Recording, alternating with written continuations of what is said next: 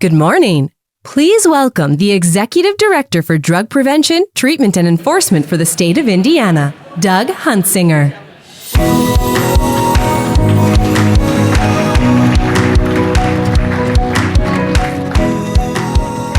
Well, good morning, and welcome to the Indiana Mental Health and Addiction Conference Series.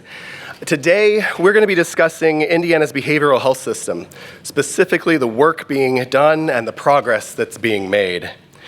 Throughout the morning, state leaders and providers will demonstrate the transformative changes taking place to strengthen Indiana's behavioral health care system. This transformation would not be possible without the necessary funding and support from our state, local, and national elected leadership. For those of you who may be new to the conversation, our goal is to leave you with a better understanding and appreciation of the collaborative work being done across the state to improve our behavioral health infrastructure. Early numbers indicate a positive change, and we are making progress, but we need to keep the momentum going to change the tide. And as we continue to ask for your support and collaboration. So let's get started with our program so you can hear from some of our experts. Starting off today is Dr. Dan Raciniak, Secretary of the Indiana Family and Social Services Administration. Previously serving as FSSA's medical officer, Dr. Raciniak led efforts during the COVID-19 response and played an instrumental role in the state's long care reform efforts. He has extensive experience in emergency medicine, medical toxicology, and substance use disorder research. Please join me in welcoming to the stage Secretary Raciniak.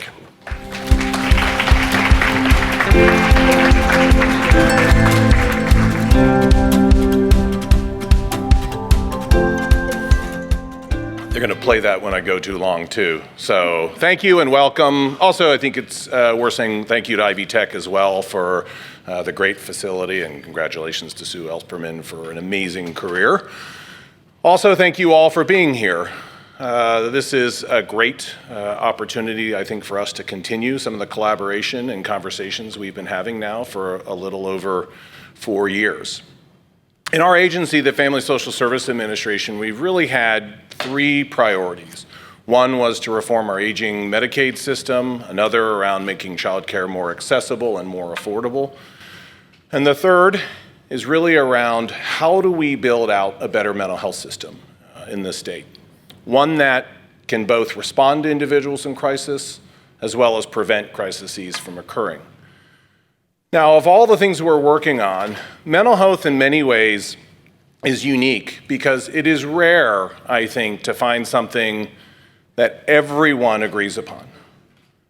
So as an agency, the governor's office, the legislature, and the provider community. And so it has been that collaboration and that shared vision that has allowed our state to really go from an idea on what a mental health system might look like to really starting to see some of those results. I think we've actually even seen some of this from a measure standpoint. The Mental Health of America released its annual mental health report, and Indiana has increased substantially in its ranking. Huge shout out to all of you here who have been working on this. Really, that has helped us launch 988, our crisis system, a system that despite seeing, and you'll hear more today, increasing calls almost every month, we are still in the top 10% of states in our in-state answer rate. To all of you who collaboratively have helped to start to build out statewide coverage for crisis response systems, crisis response teams, and now for those who will be working with us on moving towards a certified community behavioral health clinic model. Collectively, you suddenly have a system where when somebody is in crisis, they have somebody to call. That individual on the phone then can mobilize a team that can go to that individual, and if needed, take them to a crisis center. But importantly, from there, return to the community where a CCBHC will be there to help continue in their care. So really a complete system. And so it's going to be important, I think, as we have ongoing conversations today to understand the transitions that occur between hospital systems and our state systems, between the provider community. And so none of this really is possible without all of the collaborative efforts of everyone in this room. It's my pleasure to introduce our next speaker, Dr. Carrie Cadwell. I had the privilege of meeting Dr. Cadwell a little over a year ago. We were sitting together at the Lieutenant Governor's Roundtable. And in many ways, she is a great example of the collaboration that has got us to where we are today. Her organization, 4C Health, where she's been at since 2017, has created mobile crisis teams, crisis response system, and they will be one of our CCBHC pilots. But I think also one of the things that's really novel and innovative about Dr. Cadwell is that she also understands the challenge of workforce. And for all of us in any aspect of healthcare, workforce has been paramount in understanding how do we grow and retain. And her organization has done some really novel and innovative work on retaining workforce, including a 4-day work week. So really impressive work. I'm sure she will gladly talk to you about it. So Dr. Cadwell is here with us today. She's going to share a historical perspective on mental health here in Indiana. And so please welcome Dr. Carrie Cadwell.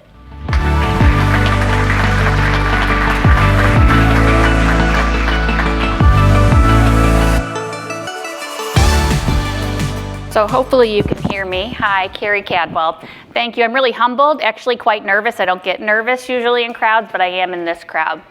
On May 30th, 4C Health celebrated the anniversary of the first meeting, actually 50 years to the date of the first meeting of community members in Cass, Miami, Fulton, and Pulaski counties, when they said we need a community mental health center here in north central rural Indiana.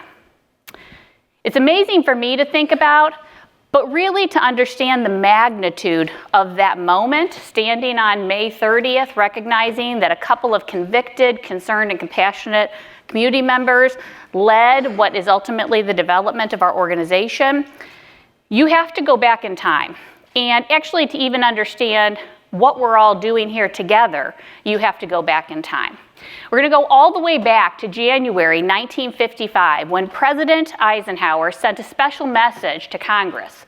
And in that message, what he said is mental health presents a special set of issues.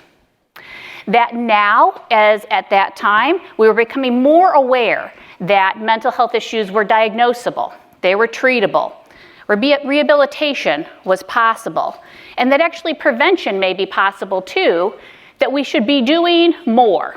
And he called upon Congress at that time to do 3 things. 1, to seek to better support states and local communities in addressing community care.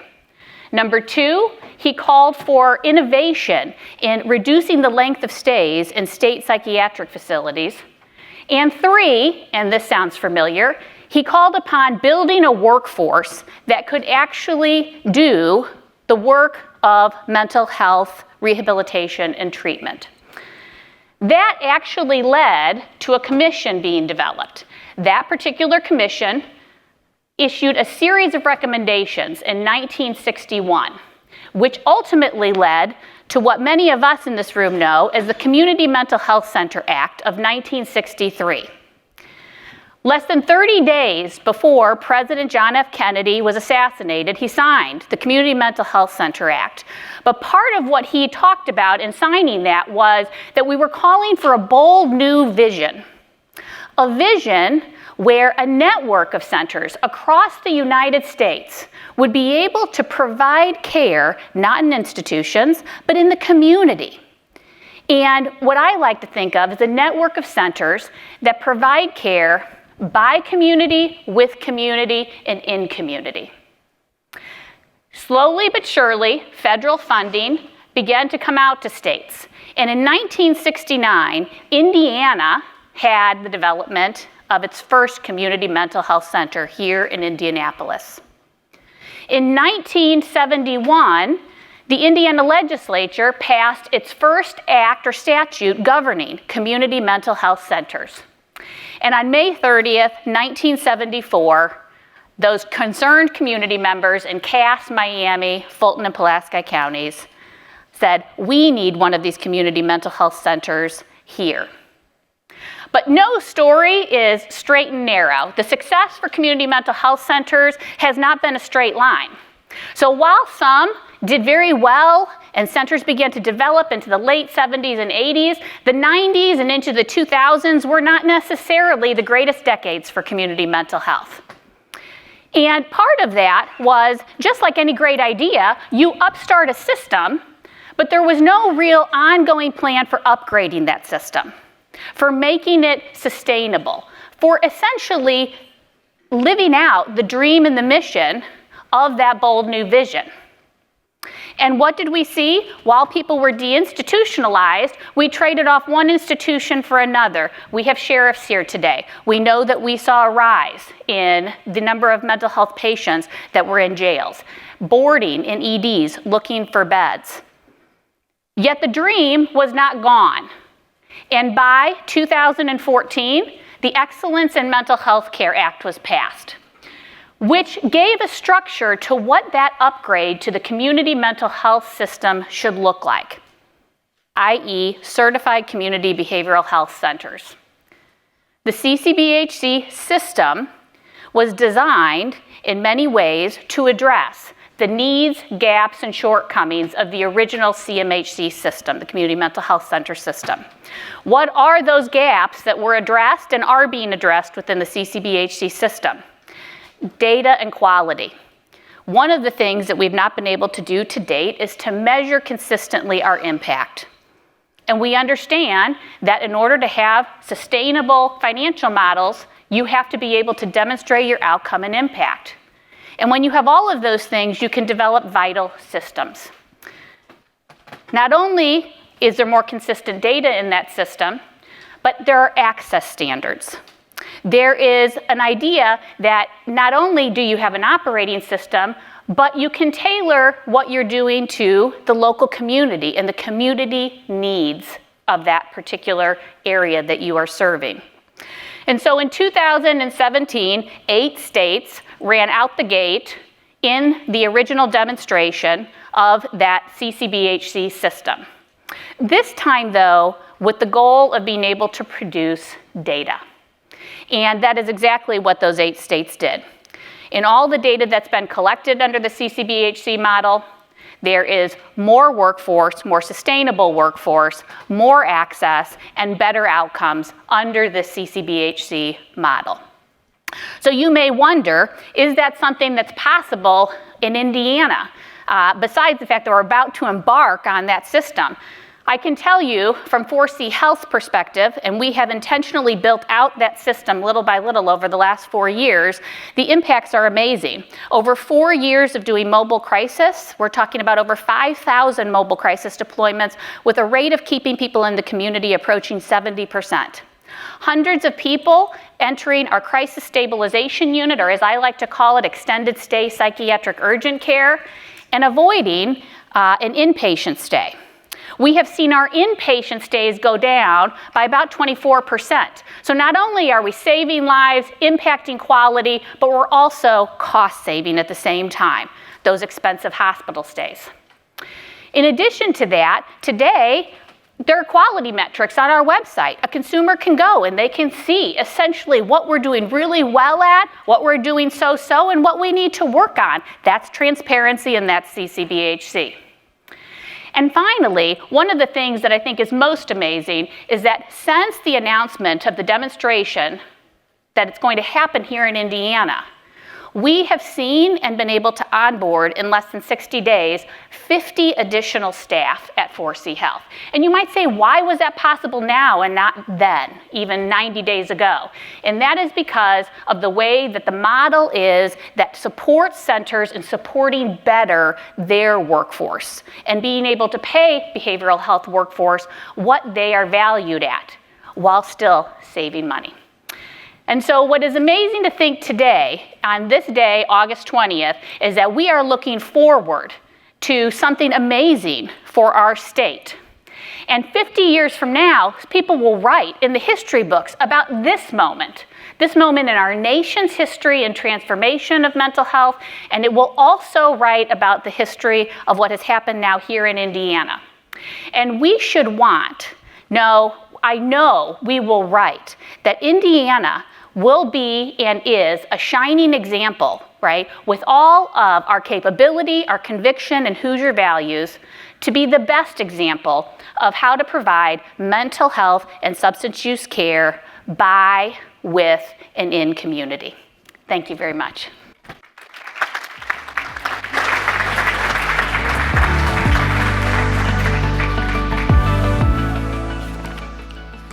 Well, thank you, Dr. Cadwell. And now that we have had that historical perspective, it's time to lay the groundwork for where we are, where we're going, and the innovative programs that are going to drive our success.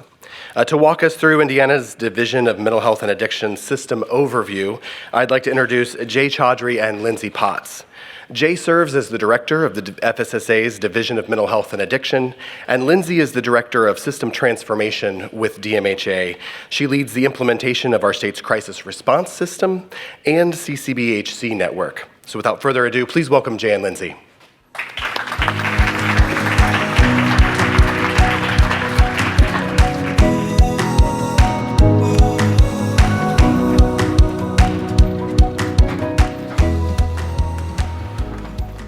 Well, good morning, everybody. Thank you for being here today. Thank you, Dr. Cadwell and Dr. Ziniak, for that great welcome. Carrie, you're a hard act to follow, so we'll see what we can do here. I'm Jay Chaudhry. I'm the director of the Division of Mental Health and Addiction, and it is really just great to be here today with Lindsay in particular. A lot of these notions were just sort of ideas in my head about 3 years ago.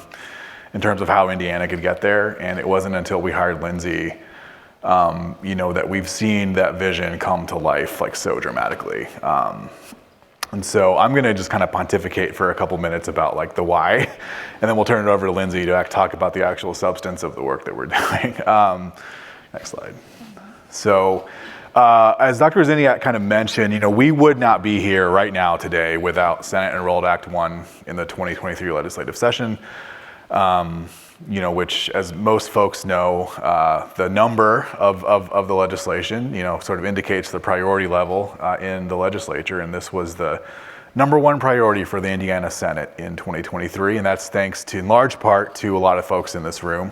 I see sort of Steve Luce and the sheriffs, a bunch of sheriffs here, our providers, one of the reporters covering the testimony for Senate what that was then Senate Bill 1, called it a master class of sort of data, but also stories, and a lot of folks in this room were a big part of that. And so none of what we're talking about today would be possible without that at the beginning. So Senate Enrolled Act 1, sort of laid the groundwork for all the things we're going to talk about today. So next slide.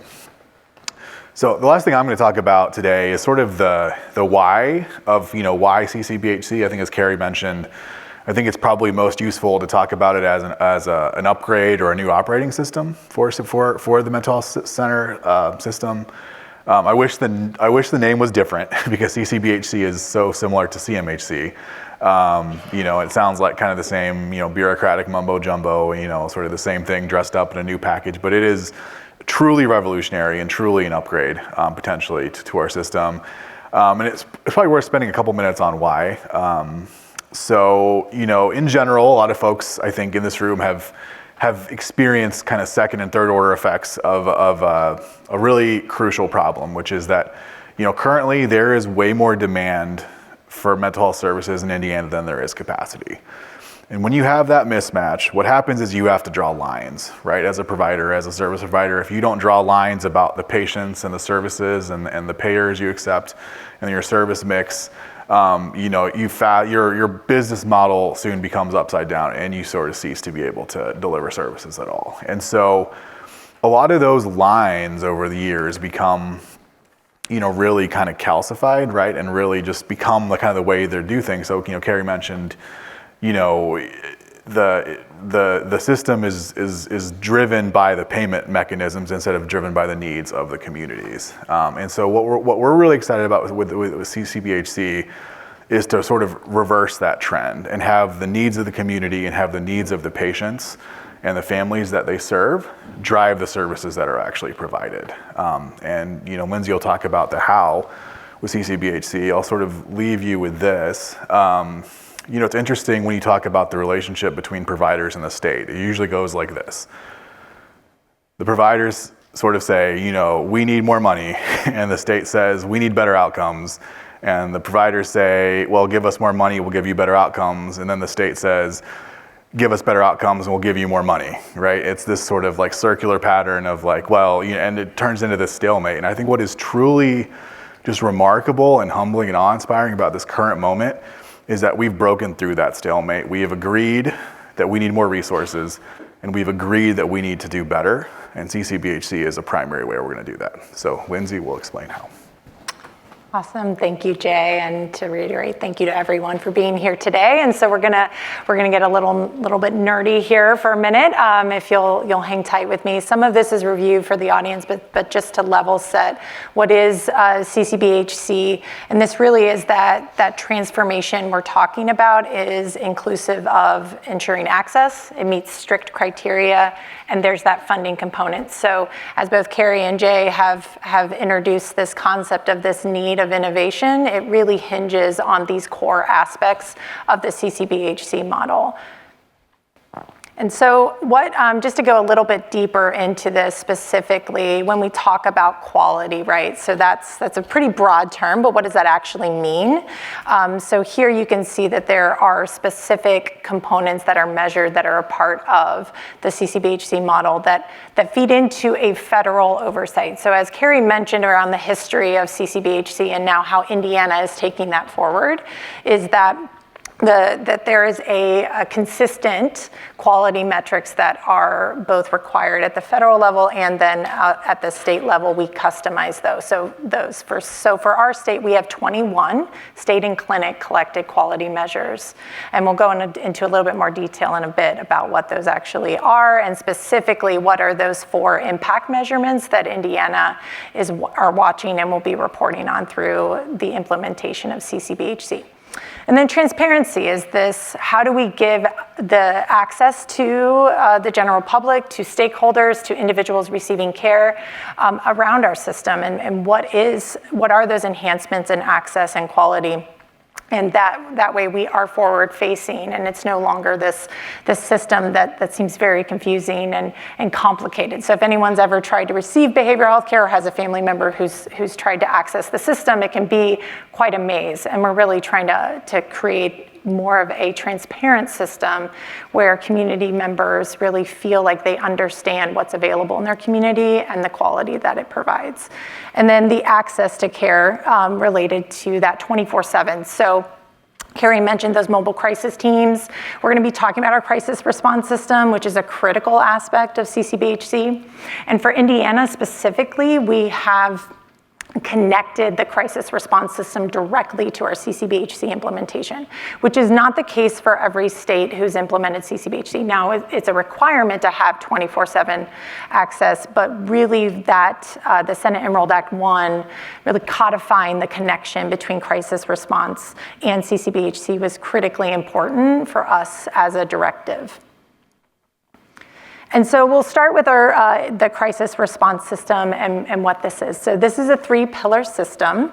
So as Dr. Rosiniak kind of opened up a bit on 988, the first pillar there is our 988 system, which has had exceptional success in its implementation for Indiana. So this is a network of 988 call centers. So there are 4 call centers and 1 text-to-chat center, and that takes all of the calls for Indiana, which is really important because that means that when somebody calls from Indiana, they are receiving a Hoosier on the other line to then connect them to the other parts of our system, which we'll go into. And so we've maintained those numbers, have continually risen, and you'll hear a little bit more about our 988 system here in a bit as far as what that growth has looked like, but we have maintained that answer rate and have been connecting to the second pillar, which is our mobile crisis response. So that has really been, since the start of this year, we have been sprinting forward with connecting these 2 pillars with our mobile crisis teams throughout the state. And so we've had immense amount of growth over the last year with mobile crisis teams that are now penetrating most communities, vast majority of communities throughout the state. And we'll see kind of a map of where those are landing right in a couple of slides. But that those teams are now taking calls from our 988 centers for dispatch, which is really exciting. And we're doing some more work with interoperability that our teams will talk about later today. And then that third pillar, which is somewhere to go. So this is an alternative location outside of a hospital or an emergency department where someone needs some additional time to stabilize, or potentially they don't have a safe place to stabilize in the community. And so those three pillars are then connected and an integral part of our CCBHC system. And CCBHC is an integral part in keeping the sustainability and viability of this system for the long term. So we are working on crisis data. So thank you to all who are crisis providers in the room who have been actively working with our team to get this data as accurate and as up to date as possible in real time. And so we are working on a crisis dashboard that will be available to stakeholders and the general public on this. So it's in development. What you will see on this crisis dashboard is not only our mobile crisis, but also our 988 call volume. You'll see the crisis receiving and stabilization services volume. You'll see the diversions from ED and criminal justice and the impact of follow-up services. So there's a lot of data points that our providers are giving us to make sure that we are really able to reflect the ROI of the investment, and pretty excited to get this forward facing. So we're continuing to see this growth over the last year. So we started with about a year ago, 4 providers feeding us data, and now we have over 20. So it's a lot of data to sort through, but we are very excited on the early results that are showing this exponential growth. And then evidence-based practice requirements. So we talked about quality, right? So like how does quality shift and change over time as a part of CCBHC? So there are evidence-based requirements for all CCBHC providers. So here's a snapshot of that.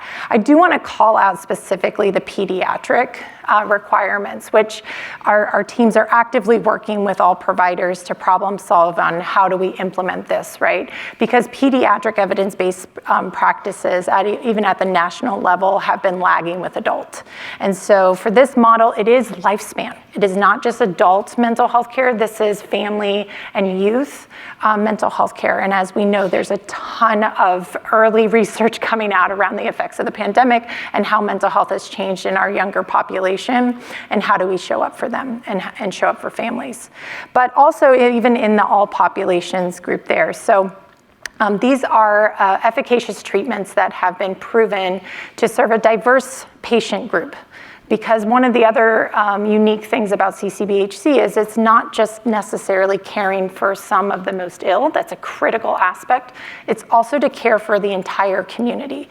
So evidence-based practices have to be available for any particular need that might walk into a CCBHC.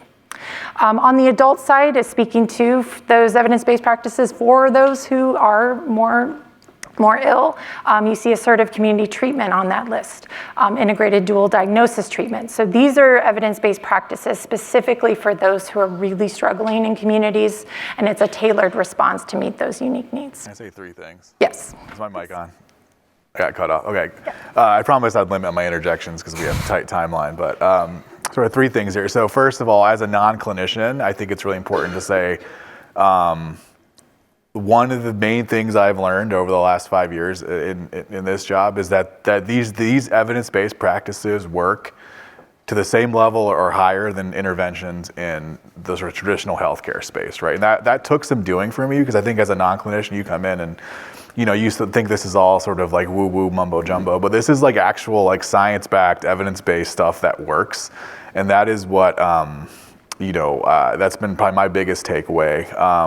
The second thing I'll say, I think it's worth re-emphasizing that there's been a lot of talk about the kids' mental health crisis, I think for good reason, right? I think we're all aware of the data and reports. There's been a lot of sort of, I think, speculative work on like the causes of it.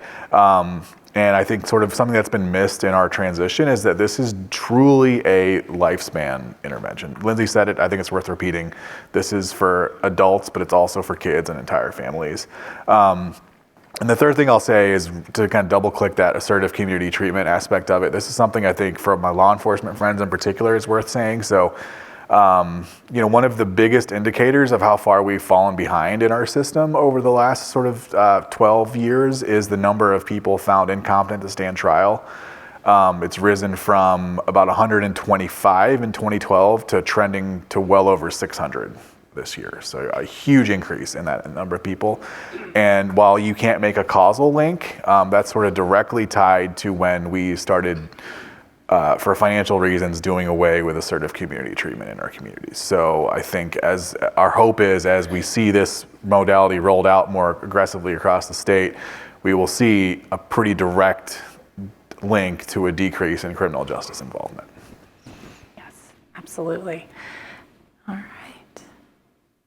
And so how are we going to measure the effectiveness of those interventions? And so there are 21 state and clinic collective measures. We will not go into that, but for those who are curious, it is available both on SAMHSA's and now our updated CCBHC website. But these 4 specific demonstration priority objectives are listed below. So we're really looking at decreasing that average time to access CCBHC services. So CCBHC is at its core an access model. So how do individuals get the right care at the right time? And so we will be measuring that through a metric called iServe. And so this is us monitoring how long does it take for individuals to get access to care, but then also how long does it take for those individuals to get their first appointment in care. So it's not just that first access point, it's the second. And then the increased screening for social determinants of health. And so we have been tracking this at the state level for years with a specific tool around that gets a snapshot of SDOH needs. What we're intending to do as a part of the CCBHC implementation is utilize that data and some additional data that's required for CCBHC to better understand those additional determinants of health needs that exist outside of, but are ancillary to our behavioral health system. And then enhance engagement in SUD treatment. So have had immense growth in access to substance use disorder care in Indiana, thanks to many in this room, Doug and the team, and several others who have been critically important in getting the message out there, getting access to harm reduction, getting access to residential care. This is building upon that system to provide the full comprehensive SUD care that's even beyond what we're doing today. So excited to continue to monitor that and to continue to see the impact of that work in the next 4 years. And then increase access to crisis services. So as we spoke about with that crisis response system, how are we making sure that those services are getting to the right folks consistently throughout the entire state? And so so we talked about quality and what that means. The other key component change to CCBHC is payment. And so this is about changing the behavioral health reimbursement structure to simplify. So the current CMHC funding and reimbursement structure there, you can see, is very complex. It's very called braiding of funding, where you take multiple sources to be able to sustain and have a solvent agency to provide care. And so those have included a lot of grants, different, also county dollars, utilizing existing payment systems to then cobble together a solvent system.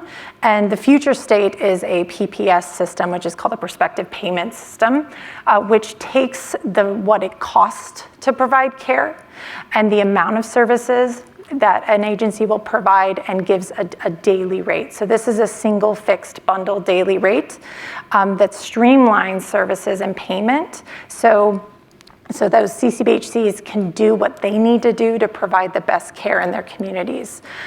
So it not only takes all of the requirements that we're talking about and all of the additional services and the measuring of those services and providing evidence-based practices, it takes into consideration the cost of doing all of that higher level of care and is able to reimburse it reimburse the agencies for that. It's also flexible, and so PPS rates are something that can evolve and adapt over time.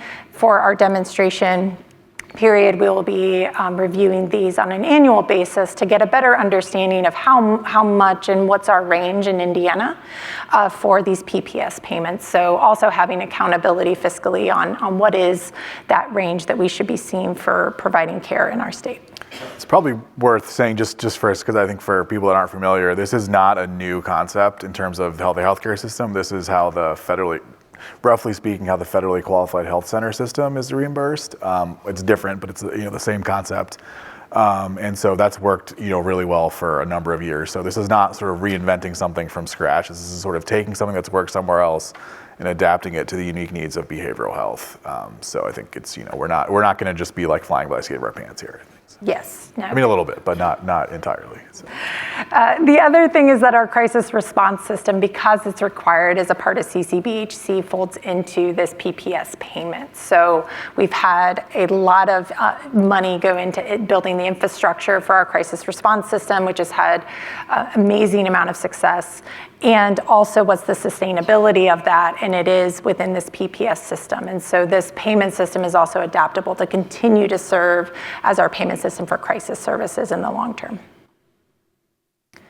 So as several have alluded to, but this slide really calls out, is that this process to get us here was quite a lengthy and I would say not necessarily arduous, but some bumps along the road, right, with some of those bubbles there. But this timeline reflects a huge amount of effort from, I would say, if not all, the vast majority of in this room, of collective energy around a singular source for a solution, which I think was, Jay mentioned previously, related to Senate Enrolled Act 1, was this collective effort towards a singular point. And so that was CCBHC. But to do this, we did have to go through a formalized process of identifying those sites that would join as a part of the demonstration to begin with. So this transformation is starting with about 40% of the CMHC system versus the entire system. And the reason for that is because we need to figure out what's working of the model and what we still need to change. So to identify those sites, we did an RFS about a year ago, getting close to that, was released. And then all of our CMHCs applied for that and some others. And we identified those pilot sites at the end of last year. We then applied for the demonstration, which was a 215-page application.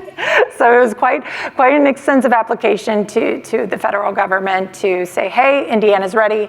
And they agreed with us. And so we got Indiana was selected in June to be a part of the next 10 states. And so as Carrie alluded to, there were 8 initially, 2 were added, a couple have fallen off. So right now we're at 18 states that are going to be a part of the demonstration, the federal demonstration. Probably worth also mentioning that, thanks to Lindsay and our team and a lot of you in here, we did receive an outstanding in every single category of our application from SAMHSA, which I think we're the only state that can say that. So we are very, very ready. Yes, not that we're competitive, but we are a little. And yes, we did have, so far as we can see, one of the highest scores out of all the states. And here's our footprint. So you can see the 8 sites that are going to be joining in this first wave here. And so we feel from kind of our lens, this is a decent representation of our state, however, recognize that it is definitely not hitting all of the needs. And so the intention of this is to have a statewide response and also showing that it works. And just maybe a point about the pilot selection. I mean, there's no perfect way to do it, right? I think that's if there was, we would have done it. And so, the fact that some sites were selected and some weren't is not necessarily a reflection of the quality, dedication, commitment, or anything of the sites that weren't selected. We plan on, in some ways, I think, they'll be, we will, the work that the pilot sites have had to do and will continue to have to do, is gonna pay off, down the line for the whole state. So it's really just, this is very, very much sort of step one of a multi-step process. Yes, absolutely. And I mean, I think in the way that all CMHCs applied to be a part of the demonstration, the effort that's gone into collaboration, I think speaks to Jay's point that this is not necessarily reflective of that. It was basically, okay, we need to run water through the pipes. Here's 40% of our system to do it. Let's work through some kinks and figure out how this is going to work. And then you can see here, this is also another snapshot of our mobile crisis and crisis receiving and stabilization services expansion over the last year. So I just want to thank everyone in this room who has made that green, and those who are still working to make the white green as well, because I know there's a ton of effort happening in every community that we have connected with. But this has been a substantial uplift. And so we were recently reviewing an analysis we had of our landscape, our crisis landscape that started last summer, and it was nearly impossible to keep it up to date enough because the growth was happening so fast. And so this is indicated of our designated teams. So the designated teams have a high bar to reach. So this is not reflective of every mobile crisis response in the state. There's a lot going on in the space, and there's a lot of energy and momentum. This is those agencies that have reached the designated bar, which means they have 24/7 24/7 access, and they have a peer who's responding on those calls as a part of that co-response with another provider.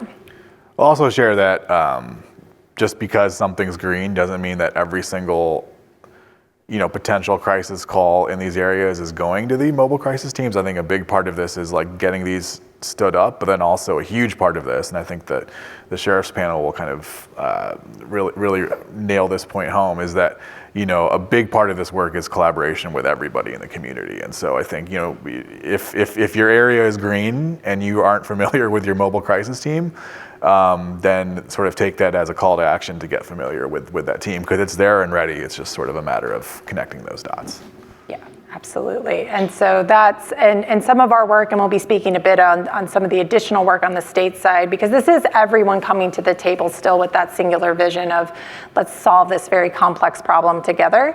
And so we're still at the infancy on some of those necessary collaborative relationships and integration of systems that has to happen for us to feel like we have this new provider type that's consistently responding in every community in the state. So here's just a snapshot of the year in review and where the different funding went. And so as Jay started out and Dr. Rosiniak introduced that the Senate Enrolled Act 1 allowed us to have additional funding to support the initiatives. And so this first year, as I mentioned, we really infused communities with the resources they need to build the crisis response system. As we talked about with CCBHC, the CCBHC system has that PPS payment that can sustain it for the long term. The crisis response services, though, take a significant amount of infrastructure build to be able to go live and to start. And so, especially when you look at, you've got the $26 million that went into crisis stabilization units or crisis receiving and stabilization services. These are physical locations that had to either be built from scratch in some communities or heavily modified spaces to meet the needs of the patients or clients that would be coming into this space. And then the mobile crisis teams is also similarly, what is the infrastructure for this? So mobile crisis we do have a billing code that is live, and those designated teams can access it. However, a lot of the time it takes to build a staffing capacity to get a volume of calls that are high enough to support that team has a pretty extensive runway. And so this is where we also infused some additional funding to get that green on that map to pop up. So, and the providers, the vast majority are community mental health centers. However, we've had some other providers in this space and are excited to continue to see the diversity of mobile crisis teams in the state, because I think when we're talking about CCBHC, we didn't hit too hard on the some of the collaborative relationships that are built into that, but there is the opportunity for more people to contribute to the behavioral health system than ever before. And so mobile crisis teams can be anything from a crisis response system that's maybe focusing on individuals with a substance use disorder, with some of our other projects that we've funded through the opioid settlement dollars. So trying to get that gap. It can be also for unique needs of those who may not speak English and have other cultural needs, and then also the unique needs of rural communities, and how do we make sure that there's equity and access for mobile crisis. So just to speak to that, 24 million and where it's all going. So, and then I think Lindsay's mentioned this a couple times, but I just wanted to again highlight this, that the long-term financial picture for this system is actually pretty clear.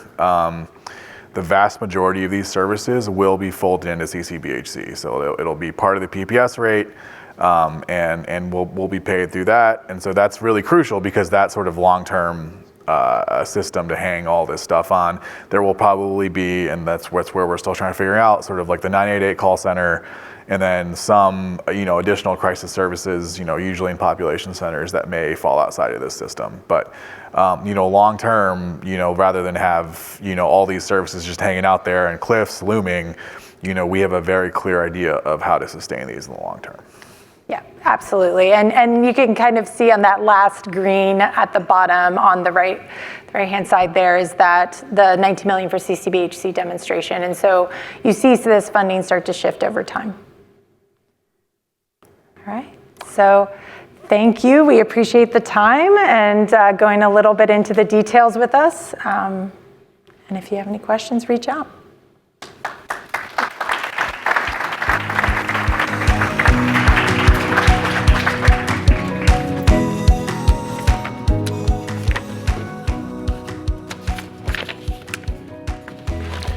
Well, thank you, Jay and Lindsay. The systems that you and your team are building are a remarkable undertaking.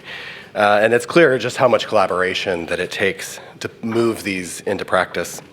Up next, we have invited 4 individuals to deliver a brief presentation on the pillars of the crisis system. Joining us on stage today are Kara Biro, Will Lovins, Kelly Lechty, and Melanie Johnson. Kara serves as a State Director of Behavioral Crisis Care at DMHA, where she oversees the development and implementation of Indiana's 988 Suicide and Crisis Lifeline. Kara will provide an overview of the 3 pillars. Will Lovins also joins us from DMHA as the first responder liaison. He will dive into the first pillar, someone to call, giving us a more in-depth look at the 988 call centers and their collaboration with 911. Next, we have Kelly Lechty from Oaklawn, where she serves as Vice President of Access and Crisis Services, playing a pivotal role in guiding the organization's strategic direction and enhancing service delivery. Kelly will highlight the innovative mobile response teams, Pillar 2. And to close us out, we have Melanie Johnson, Director of Acute Intensive Services at Porter Stark. Melanie will present on the 3rd pillar, A Safe Place to Go, Crisis Stabilization Centers. Please help me welcome them to the stage.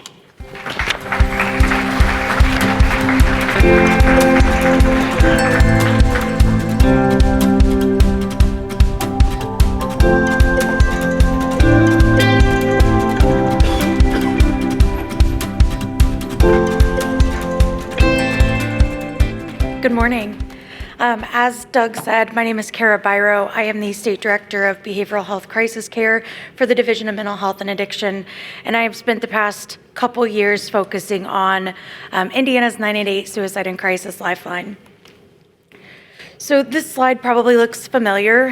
Lindsay shared it during her presentation as well, and it really is something that we try to show as often as possible so we can get familiar with the 3 pillars of the crisis system. The goal is to ensure that individuals, regardless of where they are in the state of Indiana, know what to expect when they're in crisis. That means that when they call 988 or when they reach out for support, they can access any part of this system, regardless of the access point, regardless of where they are and regardless of what their needs might be. So Pillar 1, someone to contact. As Lindsay stated, we have 4 988 call centers in the state of Indiana and a chat and text provider. This is unique to us because Indiana has done a little bit different. We started with 3 back in 2022, added 2 more, 1 for chat and text solely, and we really have shaped the way that we answer 988 calls in the state of Indiana very differently than the rest of the state by utilizing a centralized platform. The reason for this, as Dr. Cadwell mentioned earlier, is about data, right? As someone enters the crisis response system, when it's all separated and each pillar is individually functioning as its own, the lack of continuity or understanding of how an individual, what their journey looks like into recovery or whatever that might look like for them, we were unable to really provide any response or feedback or data to support kind of what our system really looked like. So by streamlining this and ensuring that all 3 pillars of our system can connect and communicate allows us to really understand where our gaps are and support people in need regardless of what that might look like. Pillar 2, someone to respond, our mobile crisis teams. Our 988 contact centers, huge shout out to them. They do a lot of really great things. We ask their crisis specialists to do a lot of things that have shifted over the course of the past couple years.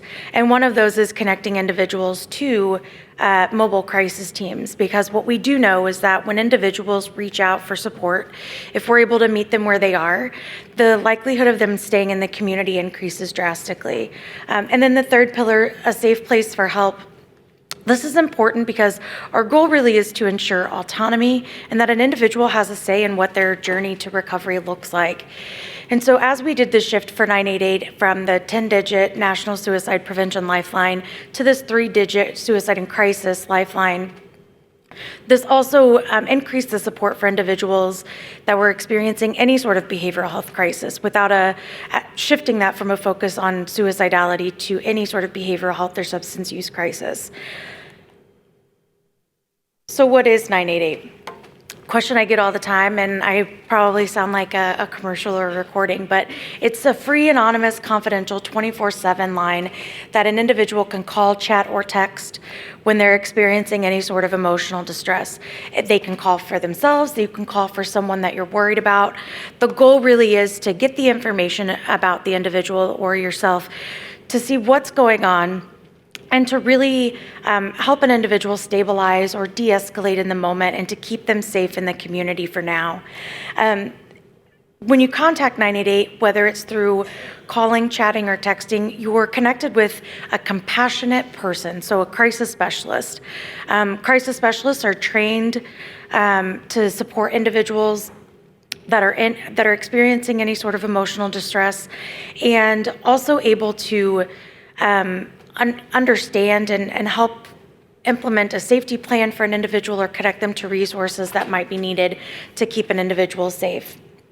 And as I mentioned, this is a shift from us focusing on suicidality with the National Suicide and Prevention Lifeline to a focus on any sort of emotional distress, behavioral health, or substance use crisis.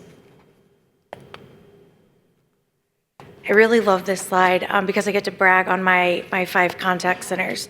So this shows kind of the transition of what we've seen since launch of 988 in July 16th of 2022.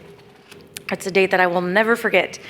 So in July of 22, you see what our numbers looked like. We were offered in the state of Indiana 3,719 calls, and we answered only 77% of those in the state. This is important because even though it says that it was only 77% were answered in state, what that means is that the remaining percentage of those went to a national backup. So these calls were still answered. They just weren't answered by someone in the state of Indiana that has knowledge of our resources and where an individual may be living to support them in that way. Fast forward to a year, and with funding support and collaboration with our contact centers, like I said, they've been doing phenomenal work for the past couple years. We saw an increase in our answer rate to 91%, while our calls didn't increase too drastically, but our answer rate did, which means that we were able to ensure that our contact centers had staffing, the support that they needed, and were able to answer those calls to support people in our community to make sure that they could get the support that they need when they were reaching out. And then most excitingly, June of 2024, our call volume increased drastically over the past year. This is June. July is actually higher than this, with over 7,000 contacts being offered to the state of Indiana. Our answer rate is 93% in June. It's about the same for July as well. And we've maintained above 90% since, I want to say, like November of 2022, which is a huge increase in getting people in our state the support that they need when they're reaching out for help. Picking up a phone and dialing a number, or texting a 3-digit number to reach out for help when someone's experiencing a crisis that takes a lot of courage, and that's hard enough in itself, especially when you're in a moment of crisis. So this means that more people are reaching out, they trust the system, and they're wanting help. And we've been able to meet them where they are and provide the support that they're looking for. So what's next? I feel like that's a really loaded question. There's a lot that's next. You heard Lindsay and Jay talk about a lot of things that are coming up. But as for 988, really we're looking at interoperability. How do we all work together, and how does 988 plug into all parts of this system to ensure that really we are a great access point and a supportive space for individuals. So we're working on interoperability with 4 different work streams. 911 and first responders, which you'll get to hear Will talk about. Interpillar collaboration, so 988 with mobile crisis, as well as with crisis receiving and stabilization services. State infrastructure, so what role does the state play, and how do we ensure that there is a solid foundation to ensure the sustainability of this system? And then community engagement, how do we continue to ensure that individuals throughout our state know about 988, know what it means, how to access it, and that people know it as a resource. I'm that annoying mom that tells my kid and all of her friends when they come over, like, do you know what 988 is? Let me give you some cards. Let me give you some stickers. It's very embarrassing to my daughter, and I will continue to do it, though. And the one thing that I think is also really important is that with the community engagement is ensuring that people know that 988 is there when you're in a crisis. And if you ask me to define what a crisis is, what I say as a crisis can be different than each and every one of you in this room, right?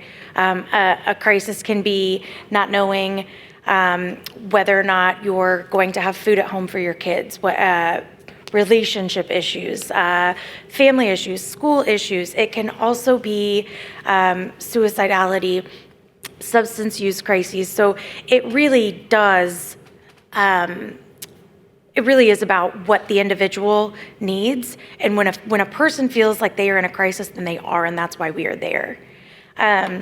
So with that being said, the next question I often get is, well, what can I do? How can I get involved?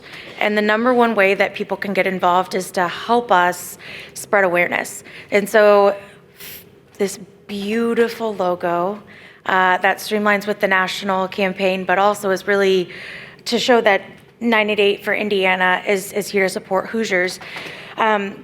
But also the QR code. If you scan that, you can go to our resource toolkit and you can get information, printouts, stuff that you can post on social media. There's already scripted messaging that aligns with the state's messaging to ensure that people know what it is when they see it, and that we're making sure that people know why it's there and how they can utilize it.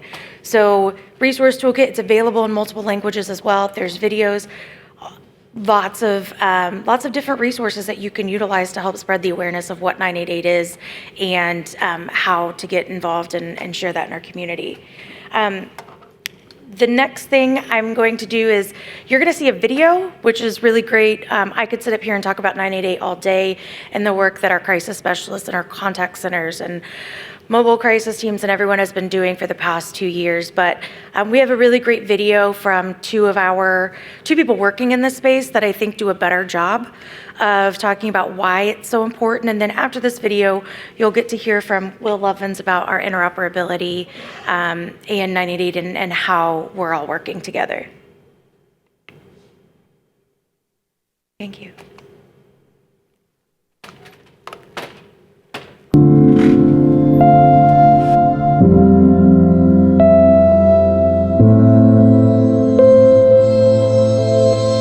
I have always been passionate about suicide prevention for as long as I can remember, and I did lose somebody to suicide. As 988 became available, I wanted to be a part of that movement. Losing somebody to suicide is incredibly difficult, but it definitely has fueled my purpose today. My parents, both of them were just an active addiction. I think if we had 988 available, if there was mobile crisis teams available, there would be some members of my family that would have been able to get the help that they needed, and maybe things wouldn't have transpired in their life. 988 means to me helping more Hoosiers.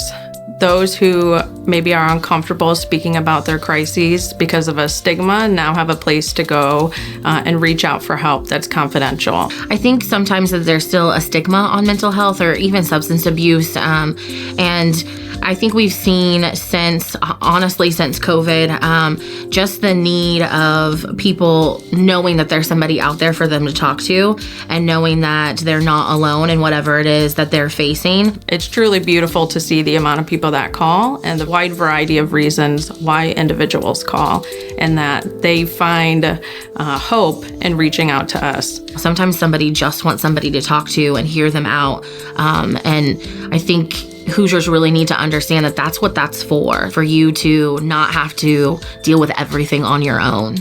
It is incredibly rewarding to see my staff successfully navigate 988 calls. I love reading the reports. I love hearing the stories. I love receiving emails from my staff saying how proud they feel because of a successful call. And that means a lot to me. That really fuels me even more than just suicide prevention.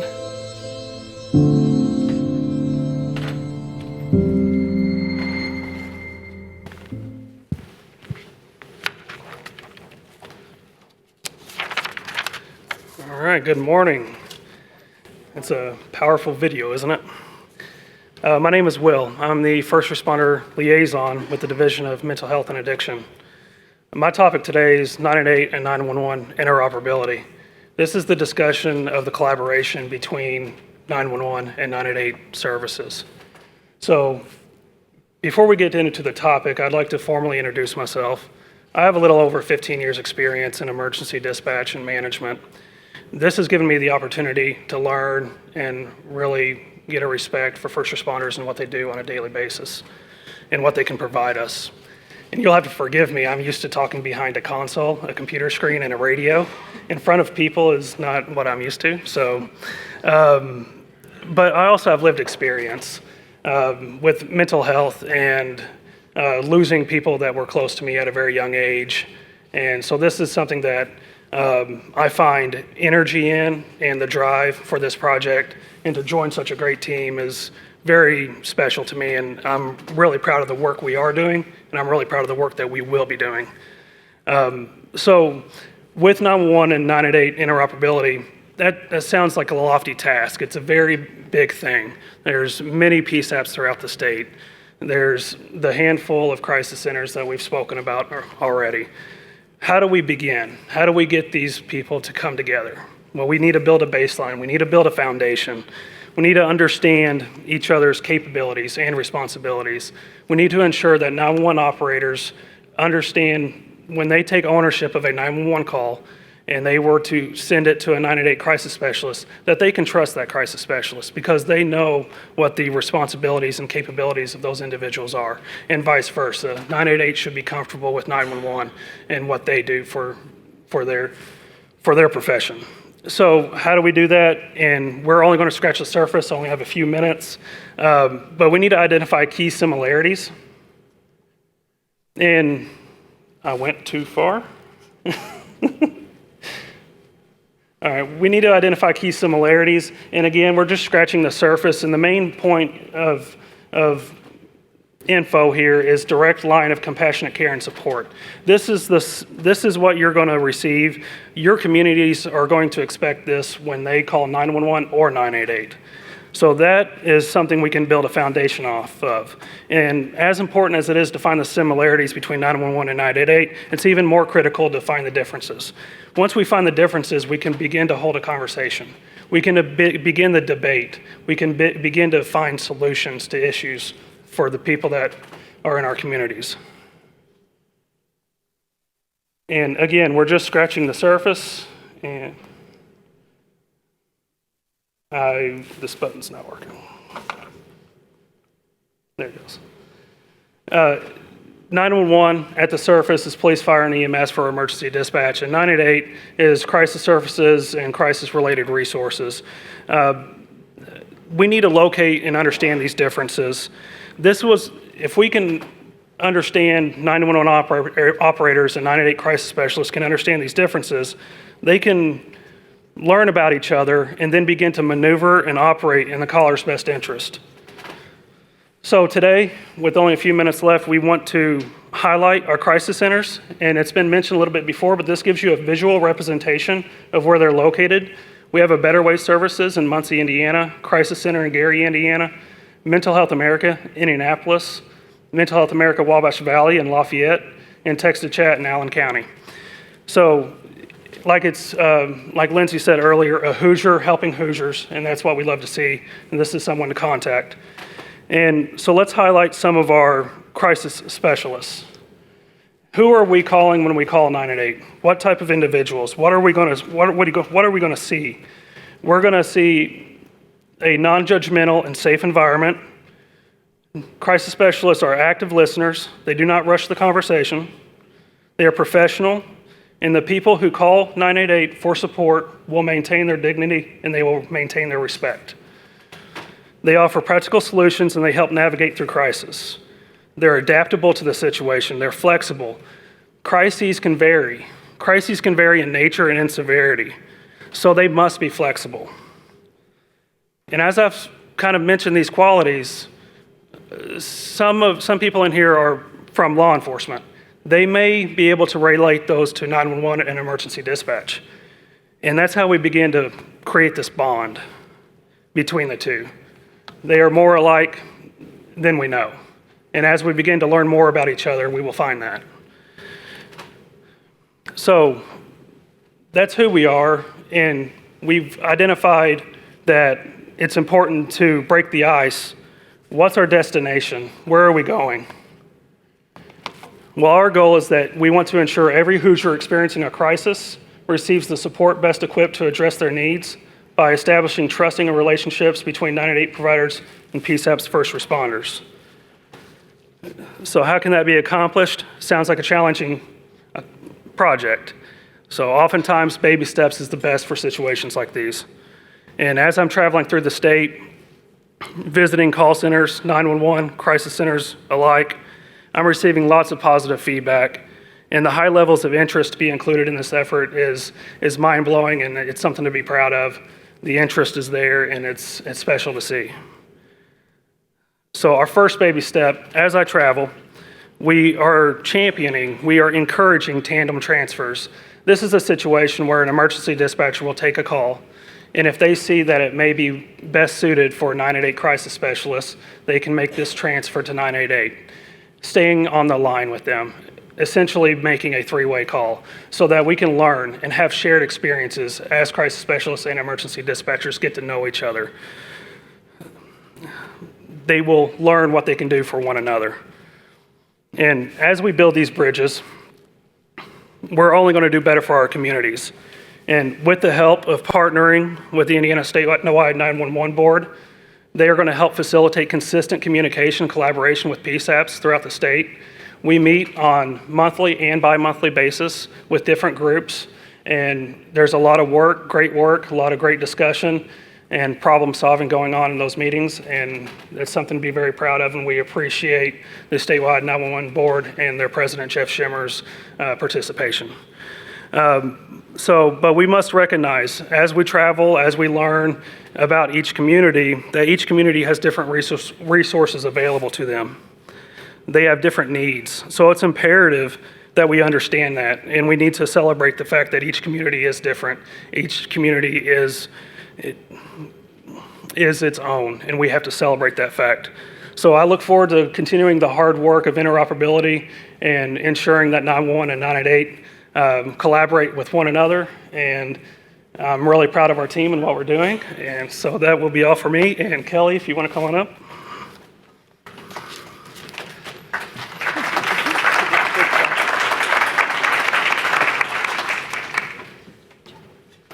Thank you, Will. My name is Kelly Lichteen. I'm the Vice President of Access and Crisis Services at Oak Lawn Psychiatric Center. I'm really honored and grateful to be with you all today and share a little bit about the work that we've been doing to transform our system towards the CCBHC model that Jay and Lindsay talked about. Specifically, I'm going to talk about our mobile crisis response, some of the work that we've done there, some of our promising outcomes, and I will also share a couple of case studies to show just an inside look at what it might look like. So first, I come to you from Oak Lawn Psychiatric Center, and we operate in the north in Elkhart and St. Joseph counties. We have a comprehensive service delivery system, including outpatient services, youth residential, inpatient hospitalization, psychiatry services, case management, and skills training. Last year, we served 17,036 individuals with an uncommon expertise in mental health and addiction services. We work to join with individuals, their families, and the community on their journey toward health and wholeness. As Lindsay talked about, we too, for the last 4 years, have been on this significant journey towards transformation for our organization with a commitment to be more accessible and more responsive to the needs of individuals in our community. So we've transformed accessibility at our center, where we now have walk-in hours every single day, where anyone from the community can walk in and meet with a master's level therapist for an assessment and connections to ongoing care. We've increased our ability to respond to individuals in the community who are most vulnerable with intensive case management. And then we've been quickly ramping up our crisis response system with the 3 pillars that Kara has discussed. Today I'm going to go into a little bit more detail about our mobile crisis response system. So just a brief overview of what it looks like when our team is contacted to be dispatched. Currently, our average response time is 15 minutes from the time that we dispatch a team until they arrive in the community at an individual's home or wherever the need is. We are resolving 79% of the calls that come in without further escalating those to law enforcement or hospitals. And in 2023, we had 2,297 encounters. When you call the team can provide the following services. Certainly we can dispatch and meet with individuals and their families in the community to de-escalate a situation, if particularly if it's a family unit or whatever is going on, to work to just calm down, bring people together, understand what's going on. We have master's level therapists who can do assessments in the field to get a better picture of what are the symptoms and maybe mental health conditions that we're seeing. We do extensive safety planning with the individuals and their families to make sure that they are safe in the community and that those around them are also safe. And then we also do a significant amount of meeting with individuals who are being discharged from inpatient hospitalizations. We know that individuals in those moments are very vulnerable, and so we want to make sure that from that higher level of care, we have a robust discharge plan to keep them in the community and to make sure services are accessible and meet the needs. We have the ability to respond with or without first responders, so sometimes just our team goes out, and other times we go out with law enforcement or law enforcement requests our presence. We have connections in our area to both 911 and 988. meaning that in our local 911 office, there are specific screening questions that the operator will go through, and they can link our team in and actually dispatch our team. We utilize a multidisciplinary team with case managers who can help connect individuals to resources, make appointments. We also have master's level clinicians. And then as some have talked about, we have peer support professionals. So those are individuals who have gone through certification and training to use their own lived experience in recovery from mental health or substance use to join with individuals and really help in that crisis moment. We have found that in a crisis, it is really powerful to have someone come alongside you to say, I've been there. I know what this is like. I've gotten there. We're going to get you there too. We have teams that provide specialized response and follow-up. First, we have a mobile opioid team that specializes in individuals who are struggling with a opioid or stimulant use disorder. Many of these individuals have, frankly, burned lots of bridges due to their disease and may not have stable housing, insurance, and so our team does a lot of work to sort of put those in place. Sometimes these individuals do need to go to an inpatient hospital while they're medically supported as they withdraw from the substances that they're on. We also have access to same-day telehealth assessment with doctors who can provide medication-assisted treatment. And that is life-saving medication that can help with the physical sides of the substance and help the person stay safe in the community as they engage in treatment. On this team, the peers that we use are individuals who they themselves are in recovery from opioid use disorder. They know what that's like. They maybe themselves have been an inpatient. They've had medication-assisted treatment and so can join with individuals there.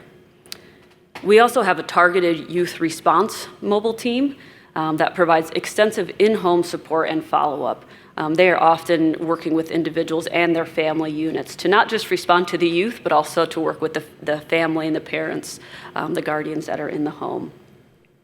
We do extensive community staffings with our organization, the Juvenile Justice Partners, and the peers that we use on that team are parents who have navigated perhaps the juvenile justice system or the mental health system with their own children.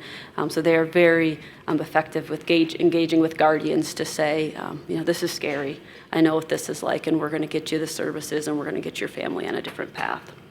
And then we have a mobile crisis team that is sort of the catch-all for all the others, a generalized team that provides response for mental health and substance use, works very closely with our law enforcement partners, and links individuals to follow-up services.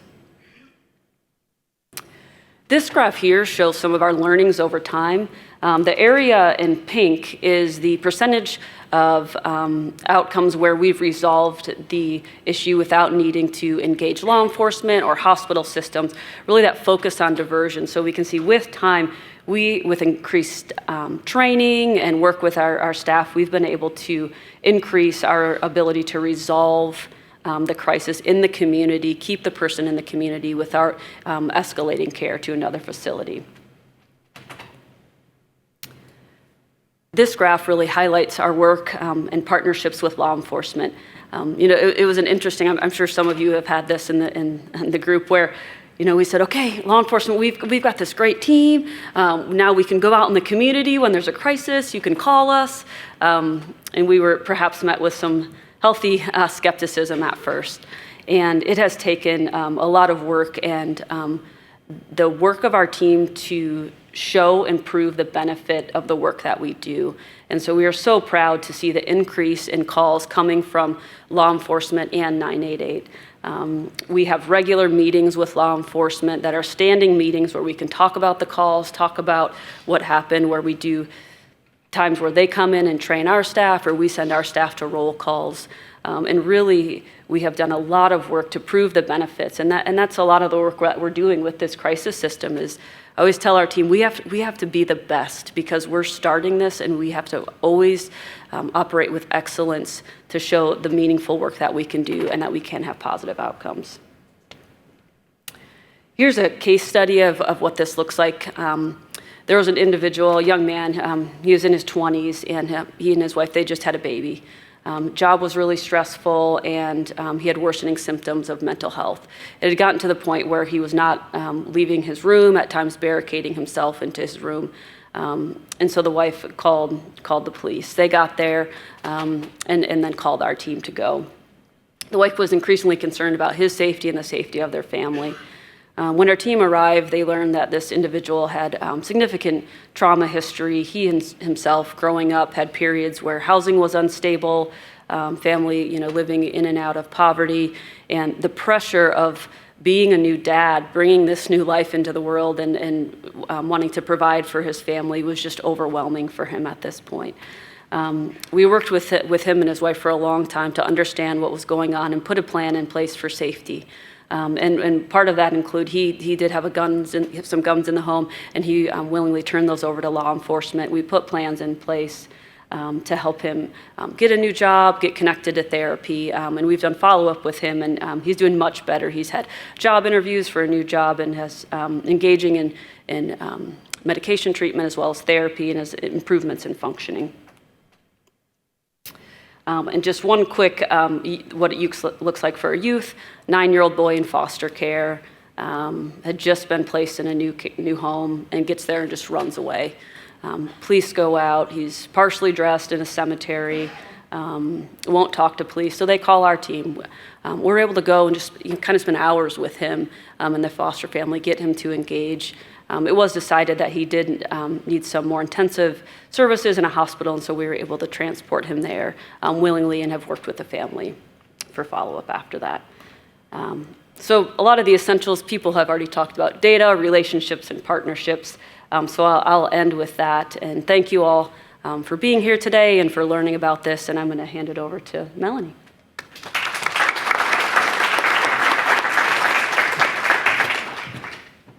Hi, everybody.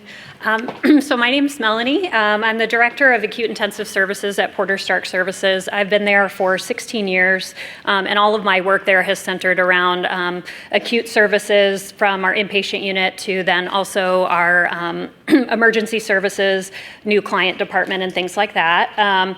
We recently opened a crisis stabilization center in late January of this year, about 3 weeks before I was due to have a baby, mind you, so that wasn't stressful at all.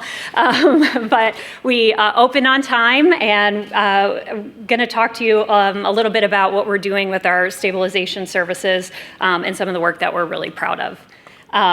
So what is a crisis stabilization center? We've talked a little bit about that throughout the morning, but really just kind of wanted to point out a couple things that are super important when it comes to our crisis stabilization services. It's a place to go for urgent mental health care or substance use disorder care in place or in lieu of an emergency department or a jail. It provides short-term care and behavioral health crisis intervention. It's a community-based model, and it's voluntary, so clients can come in and leave as they feel is necessary and appropriate for them.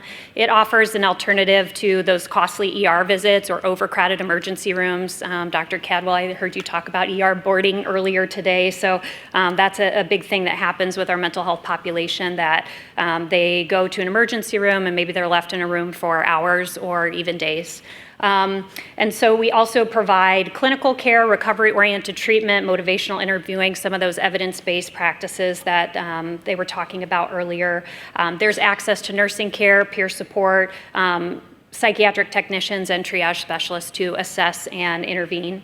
And we do operate a no wrong door approach, which is really important to the state and to CCBHC in general. And that basically means it's a place for everybody to come. Anyone can come, regardless of your age, your orientation, anything. We can't turn you away, and we won't turn you away. We'll welcome you in and find out what we need to do to help you. So what are some of the benefits of a crisis stabilization center? Ours is not a locked facility. There's peer support available, which I think we talked a little bit about how it's so important for somebody to come alongside and say, I've been there before. It's less restrictive and a less clinical setting, more homey as much as it can be with safety concerns in mind.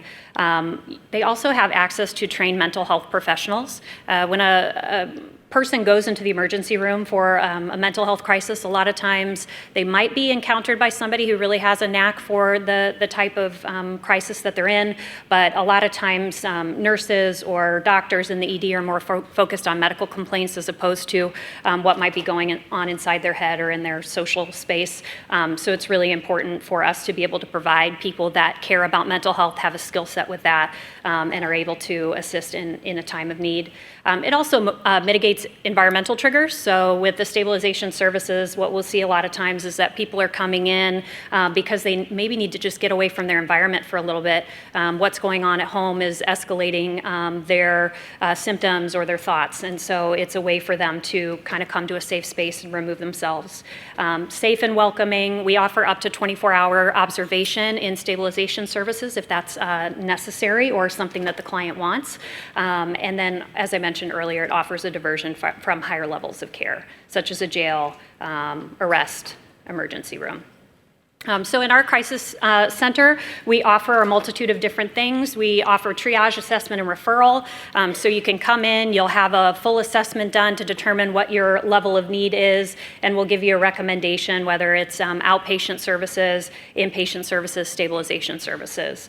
And so we also have 24/7 availability for walking in from the community, like I mentioned. We also have designated drop-off entry points for law enforcement providers to come in, drop off an individual that maybe needs help and services, and our goal is to get them out within 15 minutes, which is a pretty big difference, I think, from what is encountered when you have to take someone to the ER or to the jail. We also provide referral and care coordination options, so we're setting clients up with outpatient services, either mental health care with us, with our full continuum of care that we have at Porter Stark Services. We also set up with primary health care. Do you need a dentist? Do you need a PCP doctor? We can set you up with those types of things. In fact, we operate a federally qualified health center that we can also make referrals to if people need that. We also offer referrals to social service agencies and shelters, domestic violence, homeless shelters, things like that.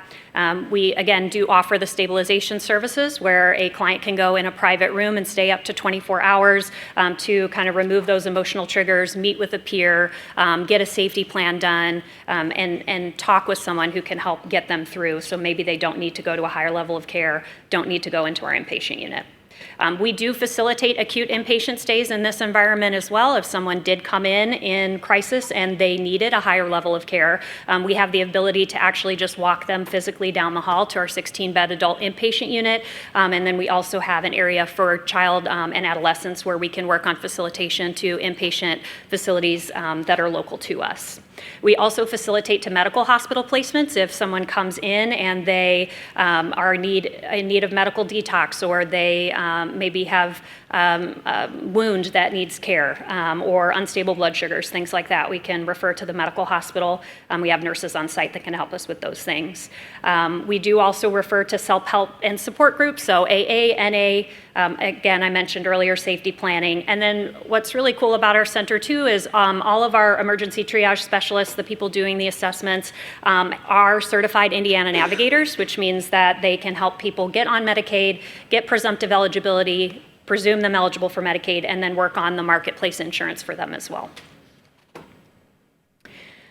We meet a lot with community stakeholders and partners. Of course, you've heard throughout the day that this is a lot of work and a lot of back-end infrastructure work that needs to be built in order to do this kind of work. And so we do have a community and client engagement specialist who goes out into the community not only to tell people about our programming and what we can offer, but also to talk about real-life cases or any struggles that they may have had, or to remove any barriers. We also hold roundtable meetings, monthly discussions to just talk about what we could be doing better or what we are doing well in order to kind of fine-tune how we're responding to crisis and how we're receiving people in our crisis stabilization center.